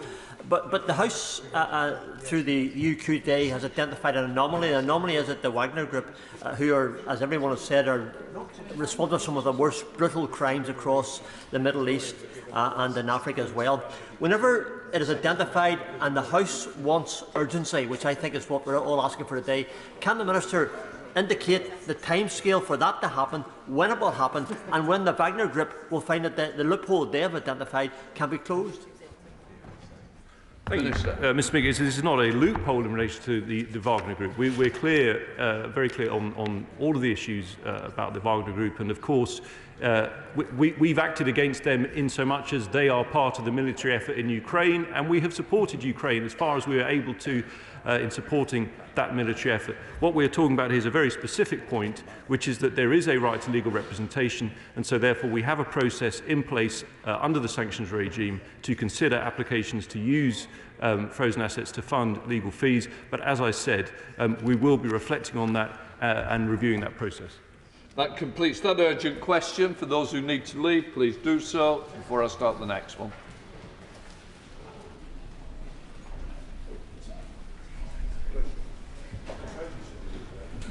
We come to urgent question. Kenny McCaskill. That's the Secretary of State if you'll make a statement on the levels of self-disconnection from power sources and on government support on energy bills. Minister. Thank you, Mr. Speaker. As I set out to the House on Monday, the government recognises the importance of protecting customers, including those who are on prepayment meters. And this weekend, the Secretary of State set out a 5-point plan on prepayment meters. He wrote to energy suppliers, calling on them to take every step to support consumers in difficulty, particularly those who are at risk of self-disconnection. And the government wants to see much greater efforts from suppliers to help consumers in payment difficulties, including offers of additional credit, debt forgiveness or debt advice. As the honourable member will be aware, Ofgem, as the independent regulator, is in the position to direct suppliers in a way that the government is not. The government understands that this is a difficult time for many families, and that's why we put in place unprecedented cost of living support. And it's easy, Mr. Speaker, to take that for granted, but it is so extensive, including the £400 discount under the Energy Bills Support Scheme, which have been appearing on electricity bills since the October bills arrived this winter, as well as the energy price guarantee, not needing any form of application process, directly subsidising energy bills for the typical family this winter to the tune of an additional £900 with equivalent support in Northern Ireland. The government is also committed to supporting those households without a relationship to a domestic energy supplier with a £400 discount under the Energy Bills Support Scheme alternative funding, with eligible households able to apply from the 27th of February. Now, it's critical that this support reaches consumers. That's why the government has also urged suppliers to take action on increasing the number of vouchers being redeemed under the government's energy support bill support scheme, and that's why we've published a list of supplier redemption rates. We want to encourage suppliers to compare themselves with their rivals and look to do as well as the best, showing who's meeting their responsibilities and who needs to do more. There are also established industry rules and processes to reduce the risk of self-disconnection. Suppliers are required to have conversations with their customers in arrears to set up a suitable debt repayment plan, taking account of their ability to pay. It's vital that these rules are followed. The Secretary of State wrote to Ofgem to ensure that they take a robust approach to compliance, and in response, Ofgem is reviewing supplier practice, and a key area of their review is on suppliers' approach to self-disconnection. But this is continuing work, Mr. Speaker. This afternoon I shall be meeting energy suppliers, Ofgem, Energy UK and Citizens Advice to make sure that they hear from the government and, I can say for the honourable gentleman and all members of this House, the strong urge from this House to make sure that we do everything we can to protect those during this winter, most of all the most vulnerable. Kenny McCaskill. Thank you, Mr. Speaker. A parliamentary answer on Tuesday disclosed that around 66,000 households in Scotland and 660,000 across Britain had self-disconnected from smart meters in Q3 of last year. Self-disconnection is that euphemism for being simply unable to afford to heat or power your home. Yeah. It's as pernicious as the phrase collateral damage is in war. Yeah. These afflicted by self-disconnection and all its misery are also civilians, but we are at peace, not war. These figures are for a quarter before prices rose and temperatures dropped. They're also only the tip of the iceberg, as the numbers are far greater, as these figures do not cover those on legacy prepayment meters.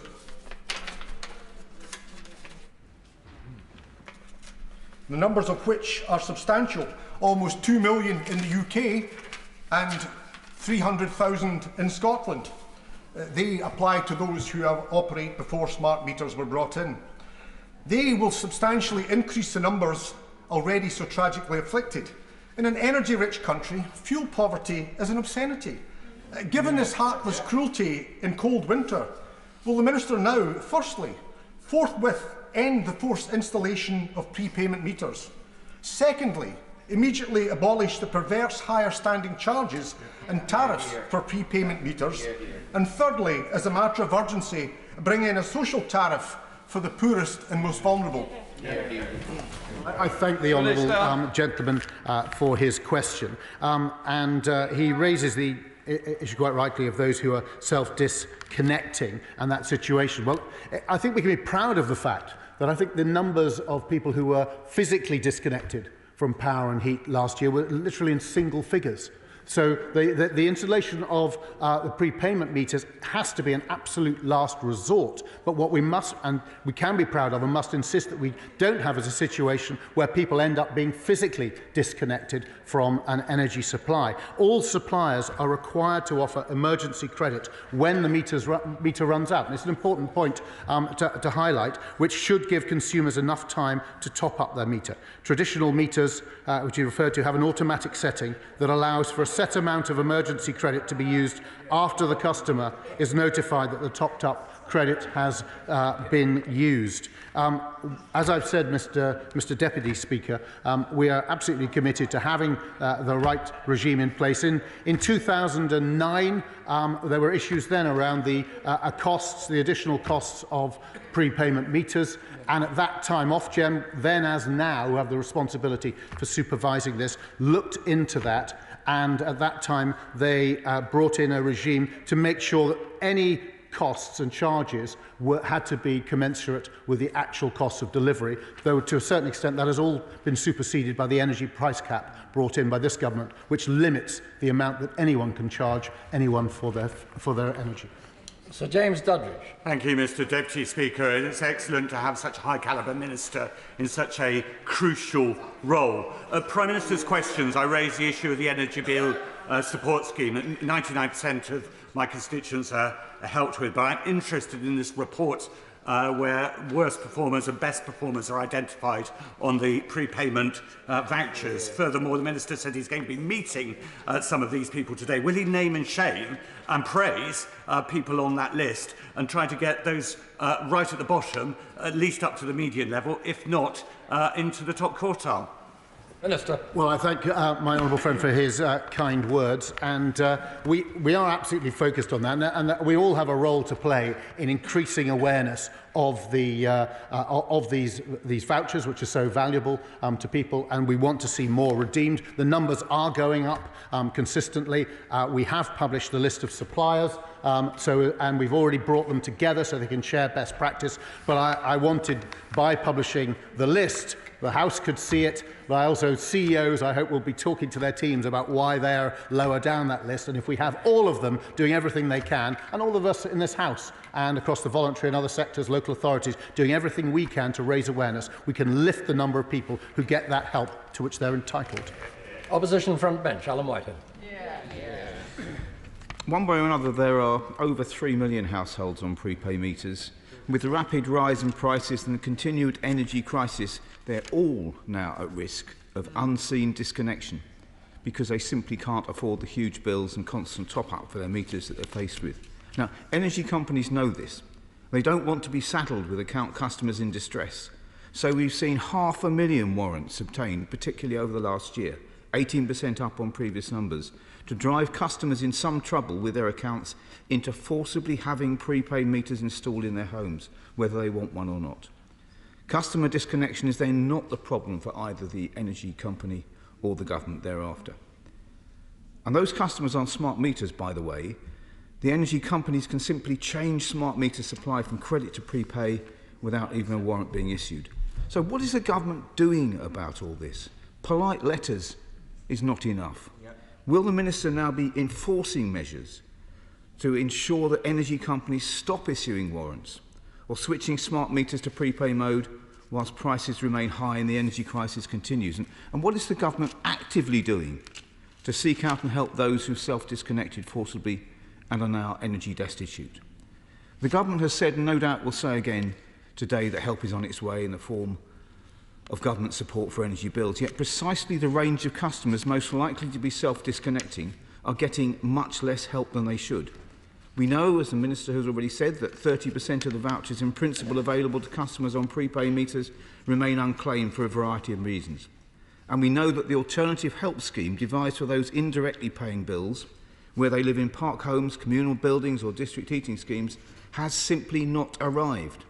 It was expected in December, then in January, and now we hear it won't be active until the end of February, 5 months after account customers started to get their assistance. So what is the government doing to ensure that vouchers for prepaid customers really do get through to them, they are claimed, and that barriers to claiming are overcome? And why is the alternative help scheme so consistently delayed? Does the government just not care about help for those in park homes and other tenures, or are they just incompetent in organising that help in a timely way? Those who know the honourable gentleman will know that he's normally better than that. And he knows, because we talk about it, just how hard we are working in the department precisely to make sure we get these things in place. We're proud of the fact that we got out to 29 million people. We got, on this unprecedented scale, the EBS discounts into people's bills. I make no apology for prioritising to get the bulk of that out there.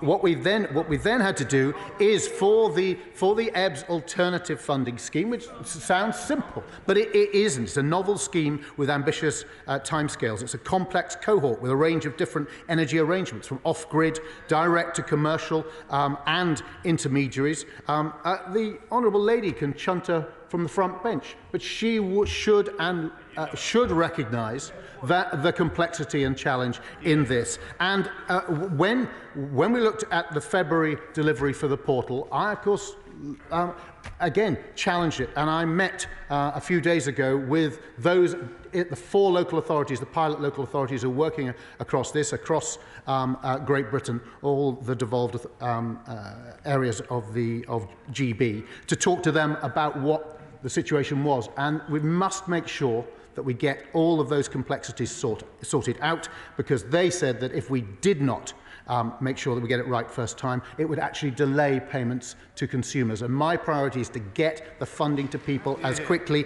as it can.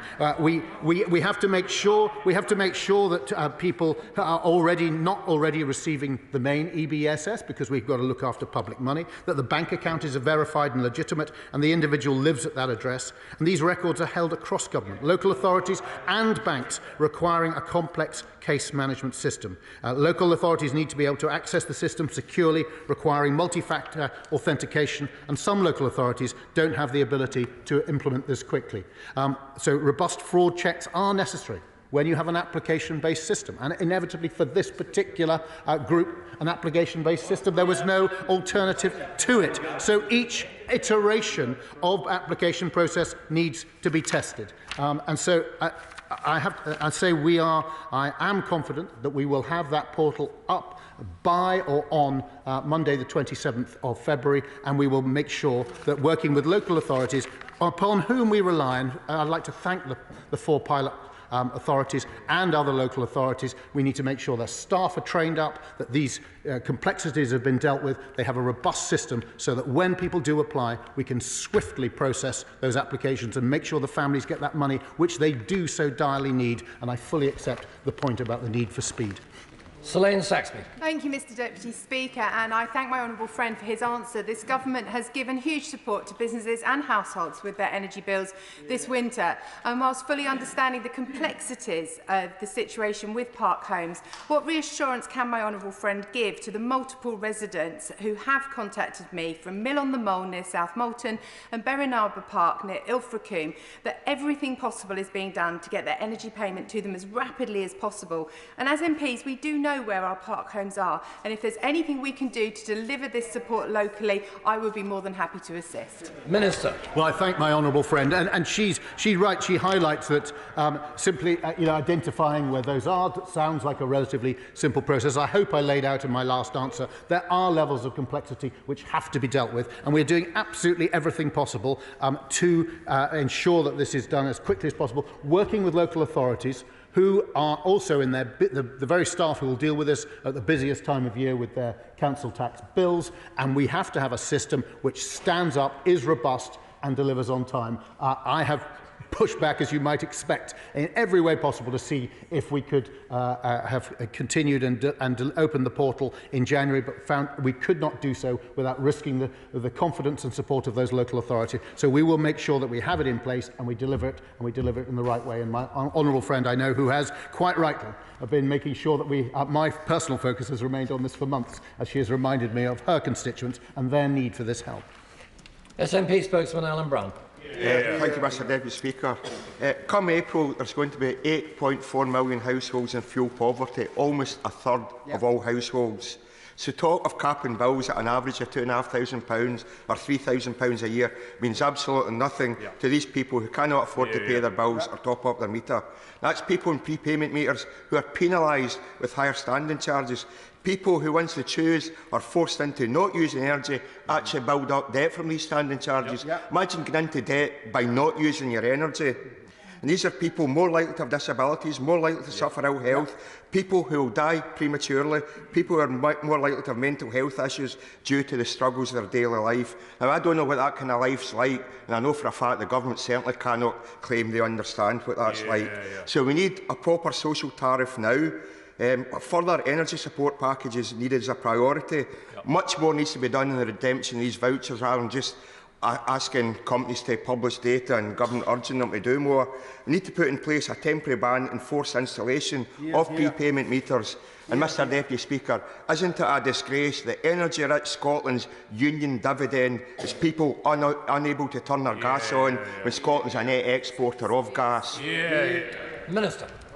Well, I thank the honourable gentleman for his question. He said, what does any of this support has absolutely no meaning, I think was his phrase, or something close to it, for those people. Well, I'll tell you the meaning, Mr Deputy Speaker. The meaning is for those on benefits, there's been £800 of additional cost of living support. On top of that, the £400 EB support, and on top of that, £900 support coming and organised through the Treasury. This is real support, and to go for the kind of cheap rhetoric we've heard from the Scottish Nationalists, it might be typical, but even if it's typical, it's disappointing. And the honourable gentleman says that we need to do more than just urge the suppliers to do more, publish the transparency, urge it. I am all ears from the honourable gentleman for further ways to identify. We have an application that people have to take their vouchers and they have to use them.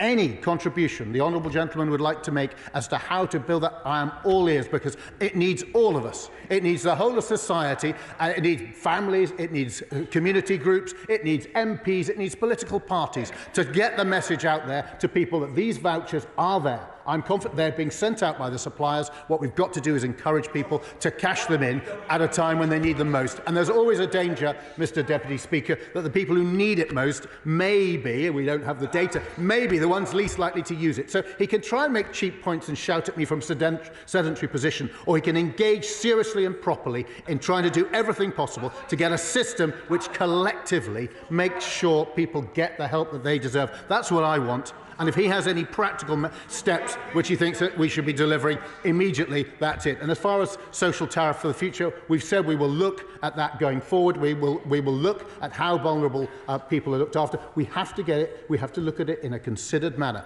And I'm proud of the support the government has put in place. It stands up, I believe, internationally, and we're absolutely determined as we go forward to support people, particularly the most vulnerable, so they can suffer in a time of extreme energy stress. Philip Hollowburn. Across the country and in the Kettering constituency, everyone should be benefiting from the energy price guarantee, which saves the average household £900 this winter on their bills. Everyone should be getting the £400 energy bill support scheme in £66 or £67 monthly payments, and those in band A to D households should have received a £150 council tax rebate. What extra is the government doing to the 8 million lowest income households, most of whom are on universal credit, pensioners and disabled people who are most likely to have need for prepayment meters? Minister. As my honourable friend will be aware, there's a series of programmes to support people in those positions, and £800 for all people on benefits, in addition to the sums which he has already itemised for the House. John Trickett. Speaker. And the Minister praised in aid the money which is being given to households across the country, and I acknowledge it's a significant amount of money, but it's not working, is it? There is one prepayment meter issued every 10 seconds. Millions of people living in fuel poverty, such as my constituent, disabled, trapped in his house, a prepayment meter imposed on him, but no voucher. He was left with in freezing cold conditions in the run-up to Christmas. It just isn't acceptable, and I'm afraid polite letters from the Secretary of State or cups of tea this afternoon with the Minister won't hack it. It's time they took legal powers to intervene directly in the energy market in order to protect the people of this country. Does he agree? Minister. I don't think. I think that kind of crude socialist intervention in the market would be counterproductive, and it would be typical of measures that come from the party opposite, that they go in with high talk of helping the weakest and poorest, and they come up with policies that have the exact opposite effect. Sarah Brickcliffe. Thank you, Mr Deputy Speaker. And just following on from some of the questions regarding the £400 payment for park homes, whilst I understand the complexities, can the Minister set out, once this scheme goes live, how he's going to communicate with the residents of the park homes so that they do access the portal? But also, will there be an alternative way to access the application process rather than just through an online portal? Minister. Well, I thank my honourable friend for her extremely pertinent question. In terms of promotion, we will be promoting through a whole array of groups, and of course local authorities are key partners in this.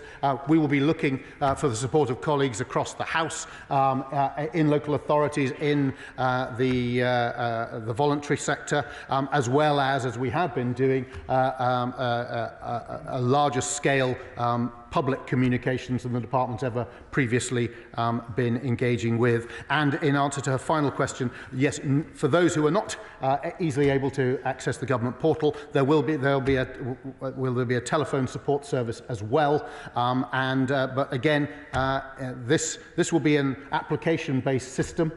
We will not get to 100%, but I hope we can work constructively, and all ideas welcome to do everything we can to maximise the take-up and make sure people get the support to which they're entitled. Munira Wilson. Thank you very much, Mr Deputy Speaker. My constituents living in houseboats and on heat networks have been left out in the cold for months without support or information.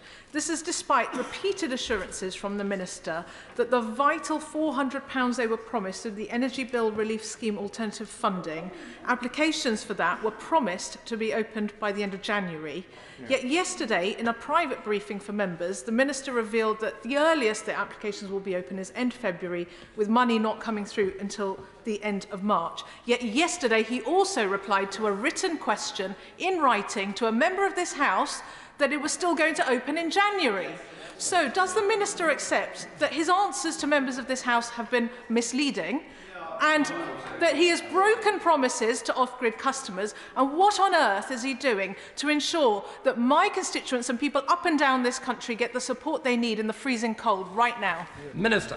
Well, I thank the honourable lady for her question. I think she'll find the letter stated that the government had said that scheme, we'd announced that the scheme would open in January, which was true. We did announce that we aim to open it in January. The pilot has an engagement with local authorities has shown that we need to delay that to February, and therefore I organised briefings yesterday afternoon for all members of this House to make sure that they heard about that, and I'm seeking to notify the House as quickly as possible by writing to the Select Committee Chairman and others to let them know. So we are doing everything possible to make sure that we have a robust system in place. I set out that this is a novel system, it's complex, and it does rely on local authorities, and it was after personally meeting the representatives of those pilot local authorities that I came to the decision that the right thing to do to ensure speedy delivery to her houseboat owners, amongst others, of this support would be in place. It's also worth noting, though, of course, they have seen support through the, if they come through a commercial supply through the Energy Bills Relief Scheme on electricity, but I want to see them get their £400 as well, and I want them with a system which works, is effective and as quick as possible. Hilary Benn. Thank you very much indeed, Mr Deputy Speaker. The Minister appeared to say, in answer to an earlier question, that no one should be physically disconnected from their energy supply. Now, if I heard that correctly, and if that is indeed the government's position, does that extend to people on prepayment meters who cannot connect themselves to their energy supply because they simply don't have the money to top up the meter? Because if that is the case, then I would be interested to hear what further action the Minister is going to take to prevent that happening in all cases. Minister. Well, I thank the right honourable gentleman for his question. No, the point about a physical disconnection, and I think there may have been only one in the United Kingdom last year, is that differs from the prepayment meter, means that no matter what pre-existing debt someone may have, by having a prepayment meter, as soon as they do have money to put credit on, then they can recommence their energy supply. So the physical point is when they are literally cut off, and they will have to reapply and get it brought back, which is an alternative which I absolutely don't want to see. And if we didn't have a system which, as an absolute last resort, for those who run up large energy bills, do not engage with the supplier, are not showing any sign that they're going to pay, they must be able to do something. And the prepayment meter installation, if absolutely necessary, as a last resort, under warrant, if they won't engage any other way, means that that household still has access as long as they put some credit on, and that is a lot better than bailiffs and a total physical cut-off. And I think we can be proud of the fact that we don't have people cut off from energy supply, although, admittedly, as the right honourable member says, they have to put money onto the meter in order to be able to access it. Alison Thewlis. Thank you very much, Mr Deputy Speaker. And I've had many emails from people who live in Dalmarnock and are served by a communal heating system operated by Switch 2. That is not currently under government regulation at the moment, and they have received a letter informing them that the price per kilowatt hour is going from 11 pence to 32 pence, with also standing charges in addition to that. So can you tell me what support can these people expect from the government? Because at the moment, with the lack of legislation and the lack of eligibility to other schemes, they are left simply with heating that they can't afford. Minister. Well, I thank the honourable lady for her question, and if she was happy to follow up with some details of that, I will happily write to her and come back on the specific points that she's raised. Stephen Dudley. Thank you, Mr Deputy Speaker. I do genuinely appreciate the Minister coming to meet with us yesterday to discuss these issues, but he will have seen the shock and disbelief in the room when he made the announcement he did, not least as he wrote to me just last week saying that the scheme would open in January, and I've been asking him about this since October on behalf of residents in Sully and my constituency who are affected. This is nearly 1 million people across the country, as he well knows, who haven't had any form of support in lots of different types of building. Can he be absolutely clear, when that portal opens on the 27th, how long will it take for them to get the payments? Are we talking about a month? Are we talking about 2 months? Are we talking about them waiting until the summer? What advice does he give to those people in the interim? Should they allow debt to build up? Should they turn off their heating? What should they actually do? And what should the management companies do, particularly in communal buildings, who are potentially owing significant amounts with residents having not paid bills to them? What's his advice to them? Well, I thank the honourable gentleman, and I thank him for turning up at the meeting yesterday. I mean, the decision was made yesterday, and I was able to brief colleagues, including the honourable gentleman, yesterday afternoon. So tried to move as quickly as possible. And, of course, until a decision is made, government policy stays as it is until it is changed. So that would explain the letter. And then, certainly, and I hope the honourable lady would accept that I was not being disingenuous. We moved to communicate it as quickly as the decision had been made. It will go through local authorities, so much as I would love to give an absolute defined date, it depends when people apply. And we will be encouraging people from the 27th of February, if that is when it launches, onwards to apply, and then local authorities will be carrying out their bit of verification. We will triage it first so as to minimise the imposition on them, but they will then have to go through a process and get the payment out, which means I cannot give a definitive date, much as I would like to, and much as I can see he's quite right to suggest it would be a benefit to people to know when they were going to get the support to which they're entitled. But I hope he would understand administratively, if I gave a date, there would just be a risk that I'll be back before the House again explaining why, in some cases, it wasn't delivered. So we will do so as quickly as we can, and having talked to the pilot local authorities, they feel we're taking the most robust approach with the best chance of getting it out as quickly as possible. Alistair Carmichael. Deputy Speaker, for those who are getting support for alternative fuels, how what reach does he expect the scheme to have for those that the government have identified as relying on alternative fuels, and how long does he expect it will take for the remainder to get their money? Well, I thank the right honourable gentleman for his question.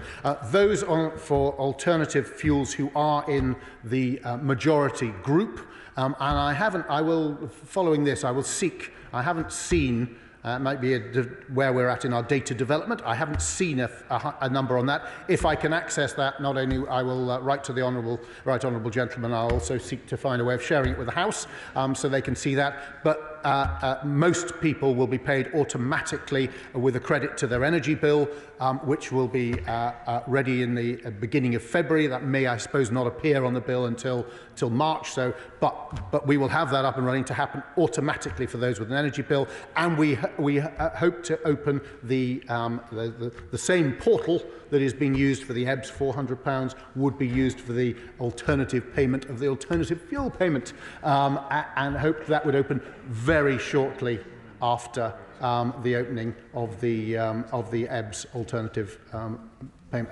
portal. And when I have further and specific dates I can share, I will do so. Mike Amesbury. Thank you, Mr. Deputy Speaker. I have a number of constituents get in touch with me from, it's called Castleview House. It's a number of flats which are sub-metered, absolutely desperate at the moment. They have been for some time for payments to get through the door. Again, share this with honourable members and right honourable members right across the House, many in Park Homes. What guarantee, because I wasn't at all convinced by the Minister's answer, that the portal will be open on the 27th of February and this scheme will be in operation? Minister.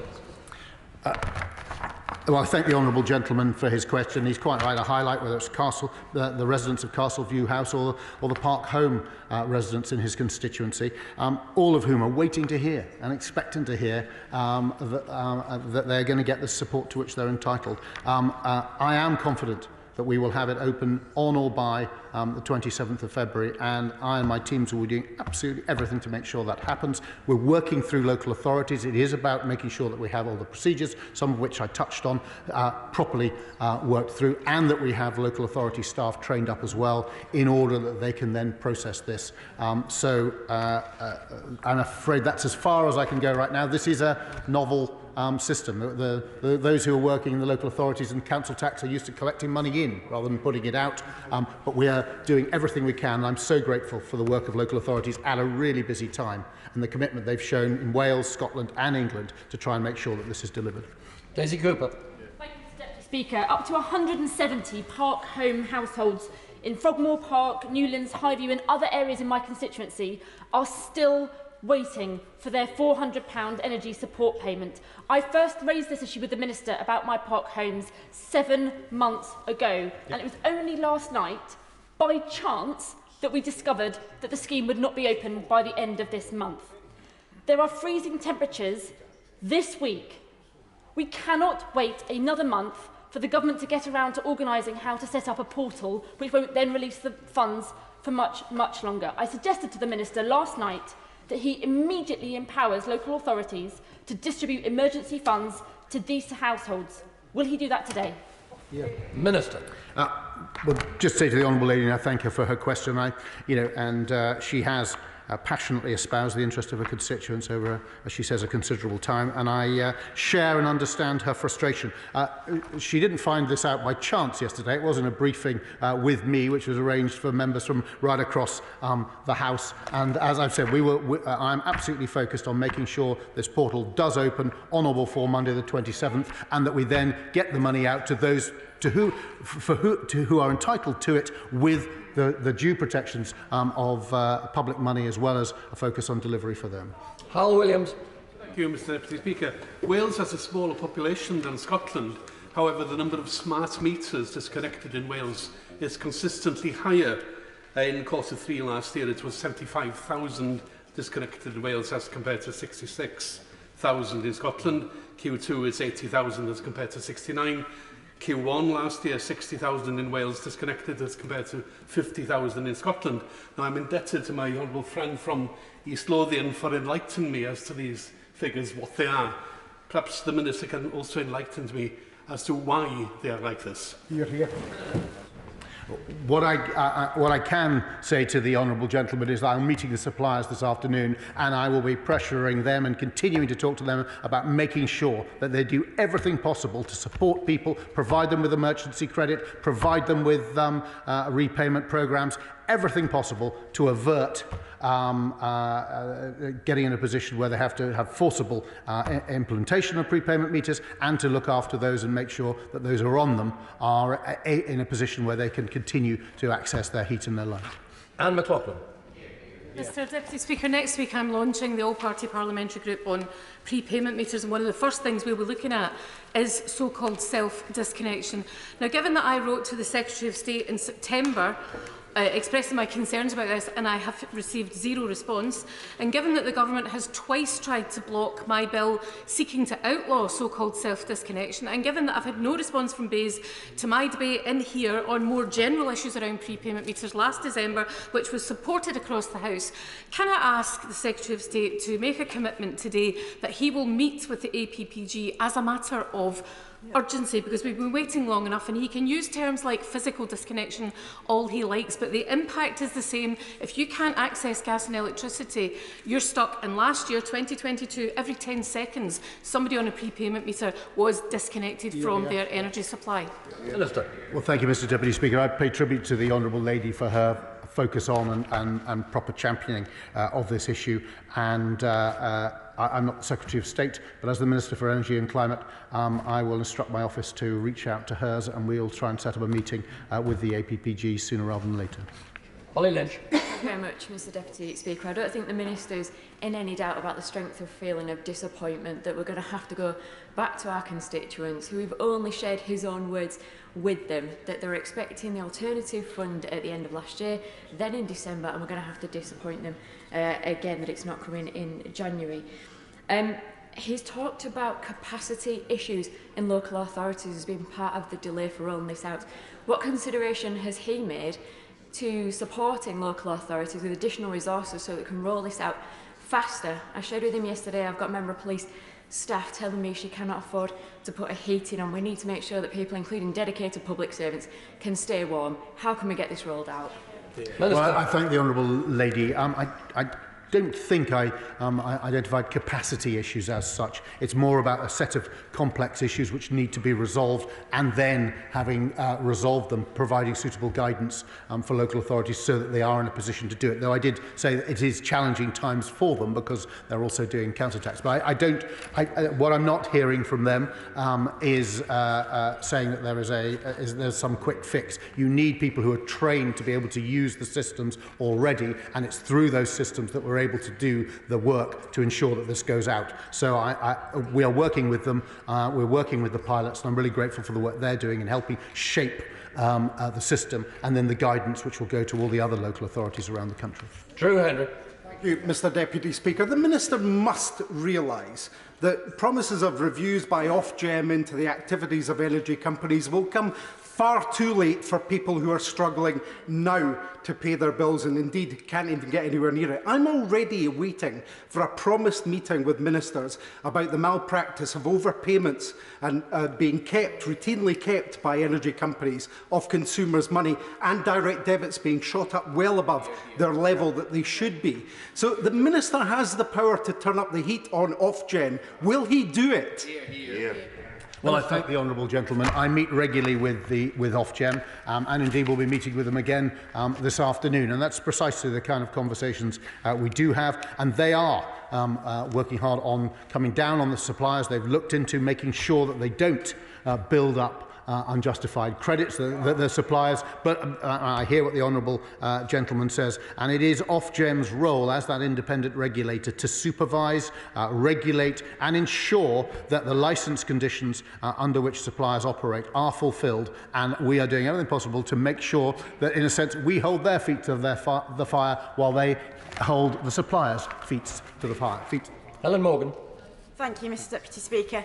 people who are living in marinas, on houseboats, and who are sub-metered, and in my constituency who are often also off the gas grid, are not only using a prepayment card, so self-disconnecting when they can't afford their energy, they're being charged a pass-through commercial rate, often with the 20% VAT added on. They haven't had help for their heating, they haven't had help for their electricity, and they're self-disconnecting.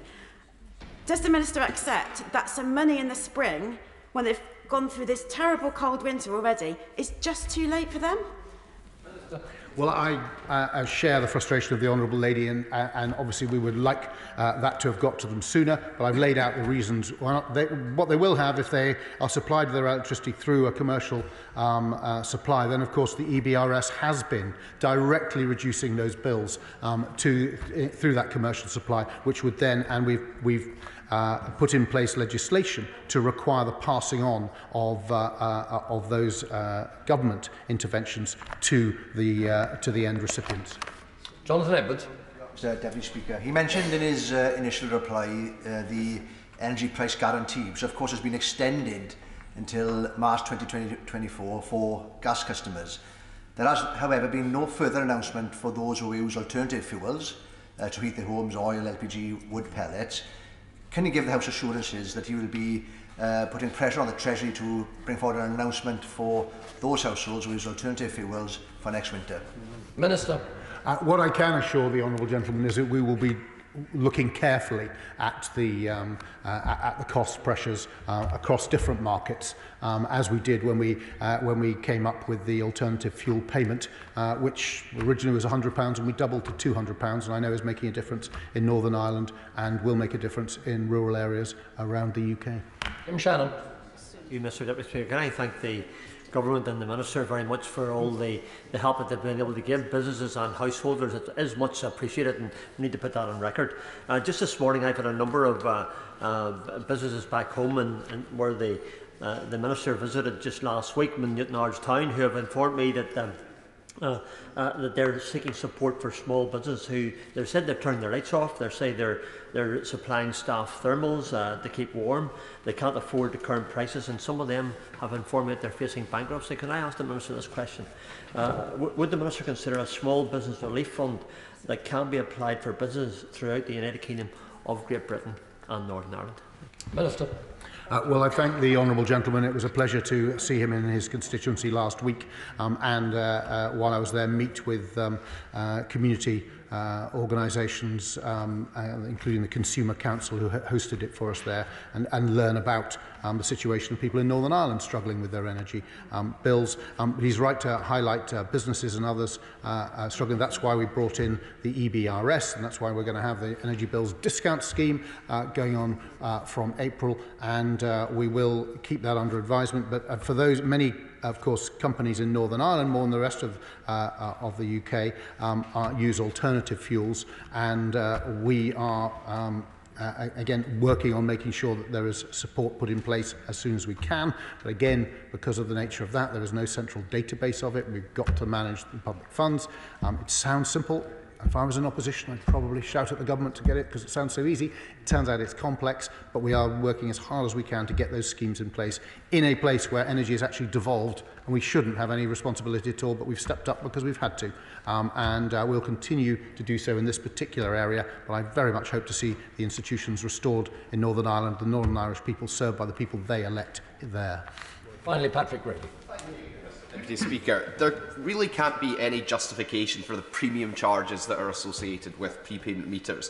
And the energy companies are getting cash up front from customers before any energy is used. As I said to the Minister on Monday, they must be able to bank that and earn interest on it, as indeed people who accumulate credit balances who normally pay by arrears. So perhaps he can raise this point with the companies when he meets them this afternoon, and he can let us know their response in the letter that he also promised me on Monday. Well, I thank the honourable gentleman for his question. I say Ofgem are responsible for regulating this area. The last, as I understand it, they looked into it in 2009 and made some changes then, and they required suppliers only to make charges which were cost reflective. So they had genuinely to be based on the additional costs of delivery, though to a certain extent that has been obviated by the energy price cap, which has put a tariff limit on what any company can charge. But I will make sure that I get a letter to him on this topic. Thank you, Minister. Order. Members leaving the chamber, please do so quickly and quietly. Presentation of Bill. Richard Ford.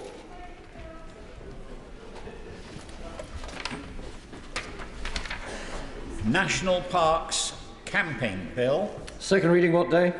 Friday the 24th of March. Friday the 24th of March. Presentation Bill. Richard Burt. Thank you. General Election Public Support Bill. Second reading what day?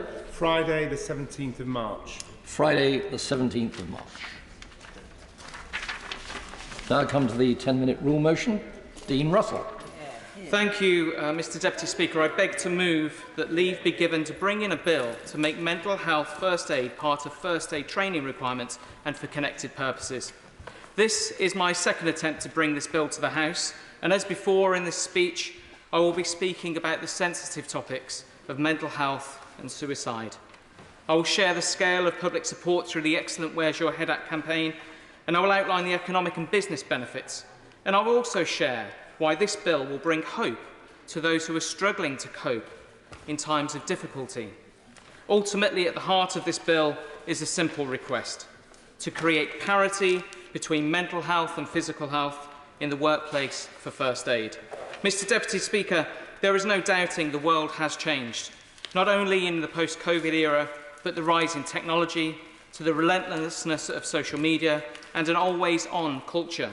Our working environments are shifting rapidly, but we, as humans, have not changed. We still have emotions. We still feel love and loss, happiness and grief, joy and pain. We have goals and ambitions, hopes and expectations. Sometimes they can be overwhelming, and at times we can find it hard to express how we feel, and when feeling vulnerable, may find it hard to know who to speak to when times are tough. In my previous attempt to bring this bill forward, I spoke about the impact of hearing my sister sob when I was a teenager, when she heard the news of one of her friends who had death by suicide. So to frame the importance of this bill, I would ask those listening to think for a moment, please, about someone they may have lost in their own lives. What would we all give to hold a loved one's hand just one more time, to hear them knock at the door just once more, to have just one more conversation? What would we give to have that loved one here today? And as I've said before, if suicide were a virus, we would be on the hunt for a vaccine. And if loneliness were a disease, would we not search for a cure? And at the extreme end of this bill, we are talking about saving lives. The House of Commons Library reports that in 2021 alone, there were 6,319 deaths by suicide that were registered in Great Britain.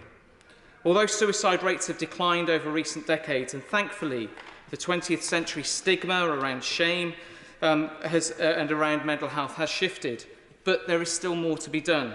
That is why I'm also backing a new charity campaign, the Baton of Hope, who are part of a growing movement aspiring to a zero suicide society. But achieving this won't be easy, and of course we cannot bring back those we have lost. But through early intervention and ensuring the right signposting at the right time through this bill, we could possibly prevent losing others in the future. But this bill is not just about preventing suicide, as important as that is. It's also about reflecting the reality of modern society, especially post-COVID. There is no doubting that mental health issues are on the rise. Stress, depression or anxiety have increasingly become the leading cause of lost work days since the 1990s. Let me share some data.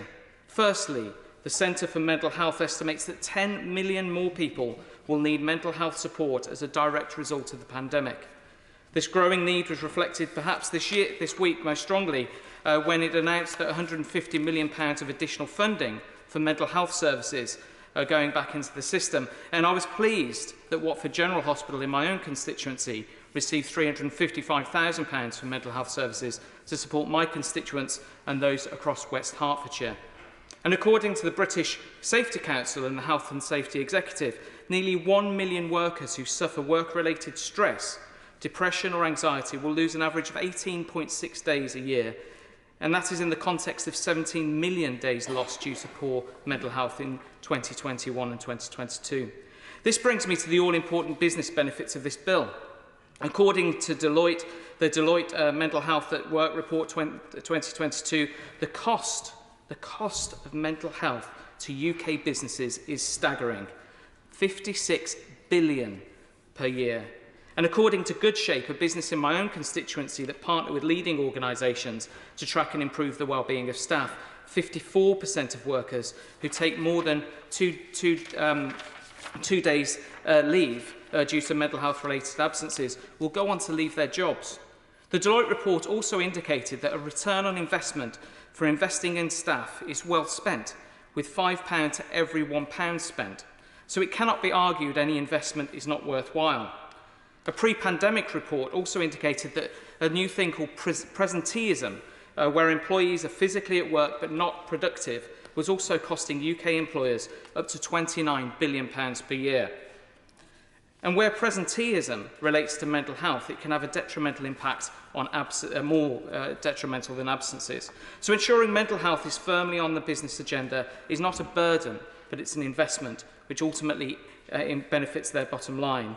And there is real public support too, thanks to the work of Where's Your Head At with Natasha Devon, for which I am proud to be an official ambassador. Over 200,000 people have signed a petition supporting the principles behind this bill, which was from way before I joined Parliament. And I've seen the benefits directly myself too. In my own constituency of Watford, I set an ambition to train 1,000 people in mental health first aid awareness, which I originally anticipated would probably take about a decade to achieve. And incredibly, we've just reached the 600th person trained by that programme, thanks to the incredible support of Camelot and the Watford and West Herts Chamber of Commerce. There are many more trained locally through other schemes too, and that's because there are now many more providers of mental health first aid and mental health first aid awareness training. And from those like the Mental Health First Aid England group, who helped with some insights from my speech today, there are many other courses, including free courses by government departments, which are available to many. So I would not seek to limit the options or be too prescriptive with this speech. That is because workplaces are diverse, from offices to hair salons, construction sites to supermarkets. Each worker is different. Behind every statistic is a person with family and friends. They are our mothers, our brothers, our sisters, and our fathers. They are the veterans and they are the volunteers. That is why I believe the power in this bill lies in making sure that it's flexible enough to work for all. We spend so much time in the workplace, yet we cannot always be ourselves when we are there. It can be hard to show our true face when times are tough because we aim, as always, to be professional. But people do not wear bandages to show where they have anxiety and depression. Many learn to hide their pain in fear of damaging their careers. For many, they learn to smile when really they would like to run a mile to escape the situation they might find themselves in. Mental health first aiders, I must be clear, are not expected to be counsellors or psychologists, but just like physical first aiders, who are not expected to be paramedics or surgeons. This bill will simply mean workers have someone to signpost them to the support and help they need when they need it.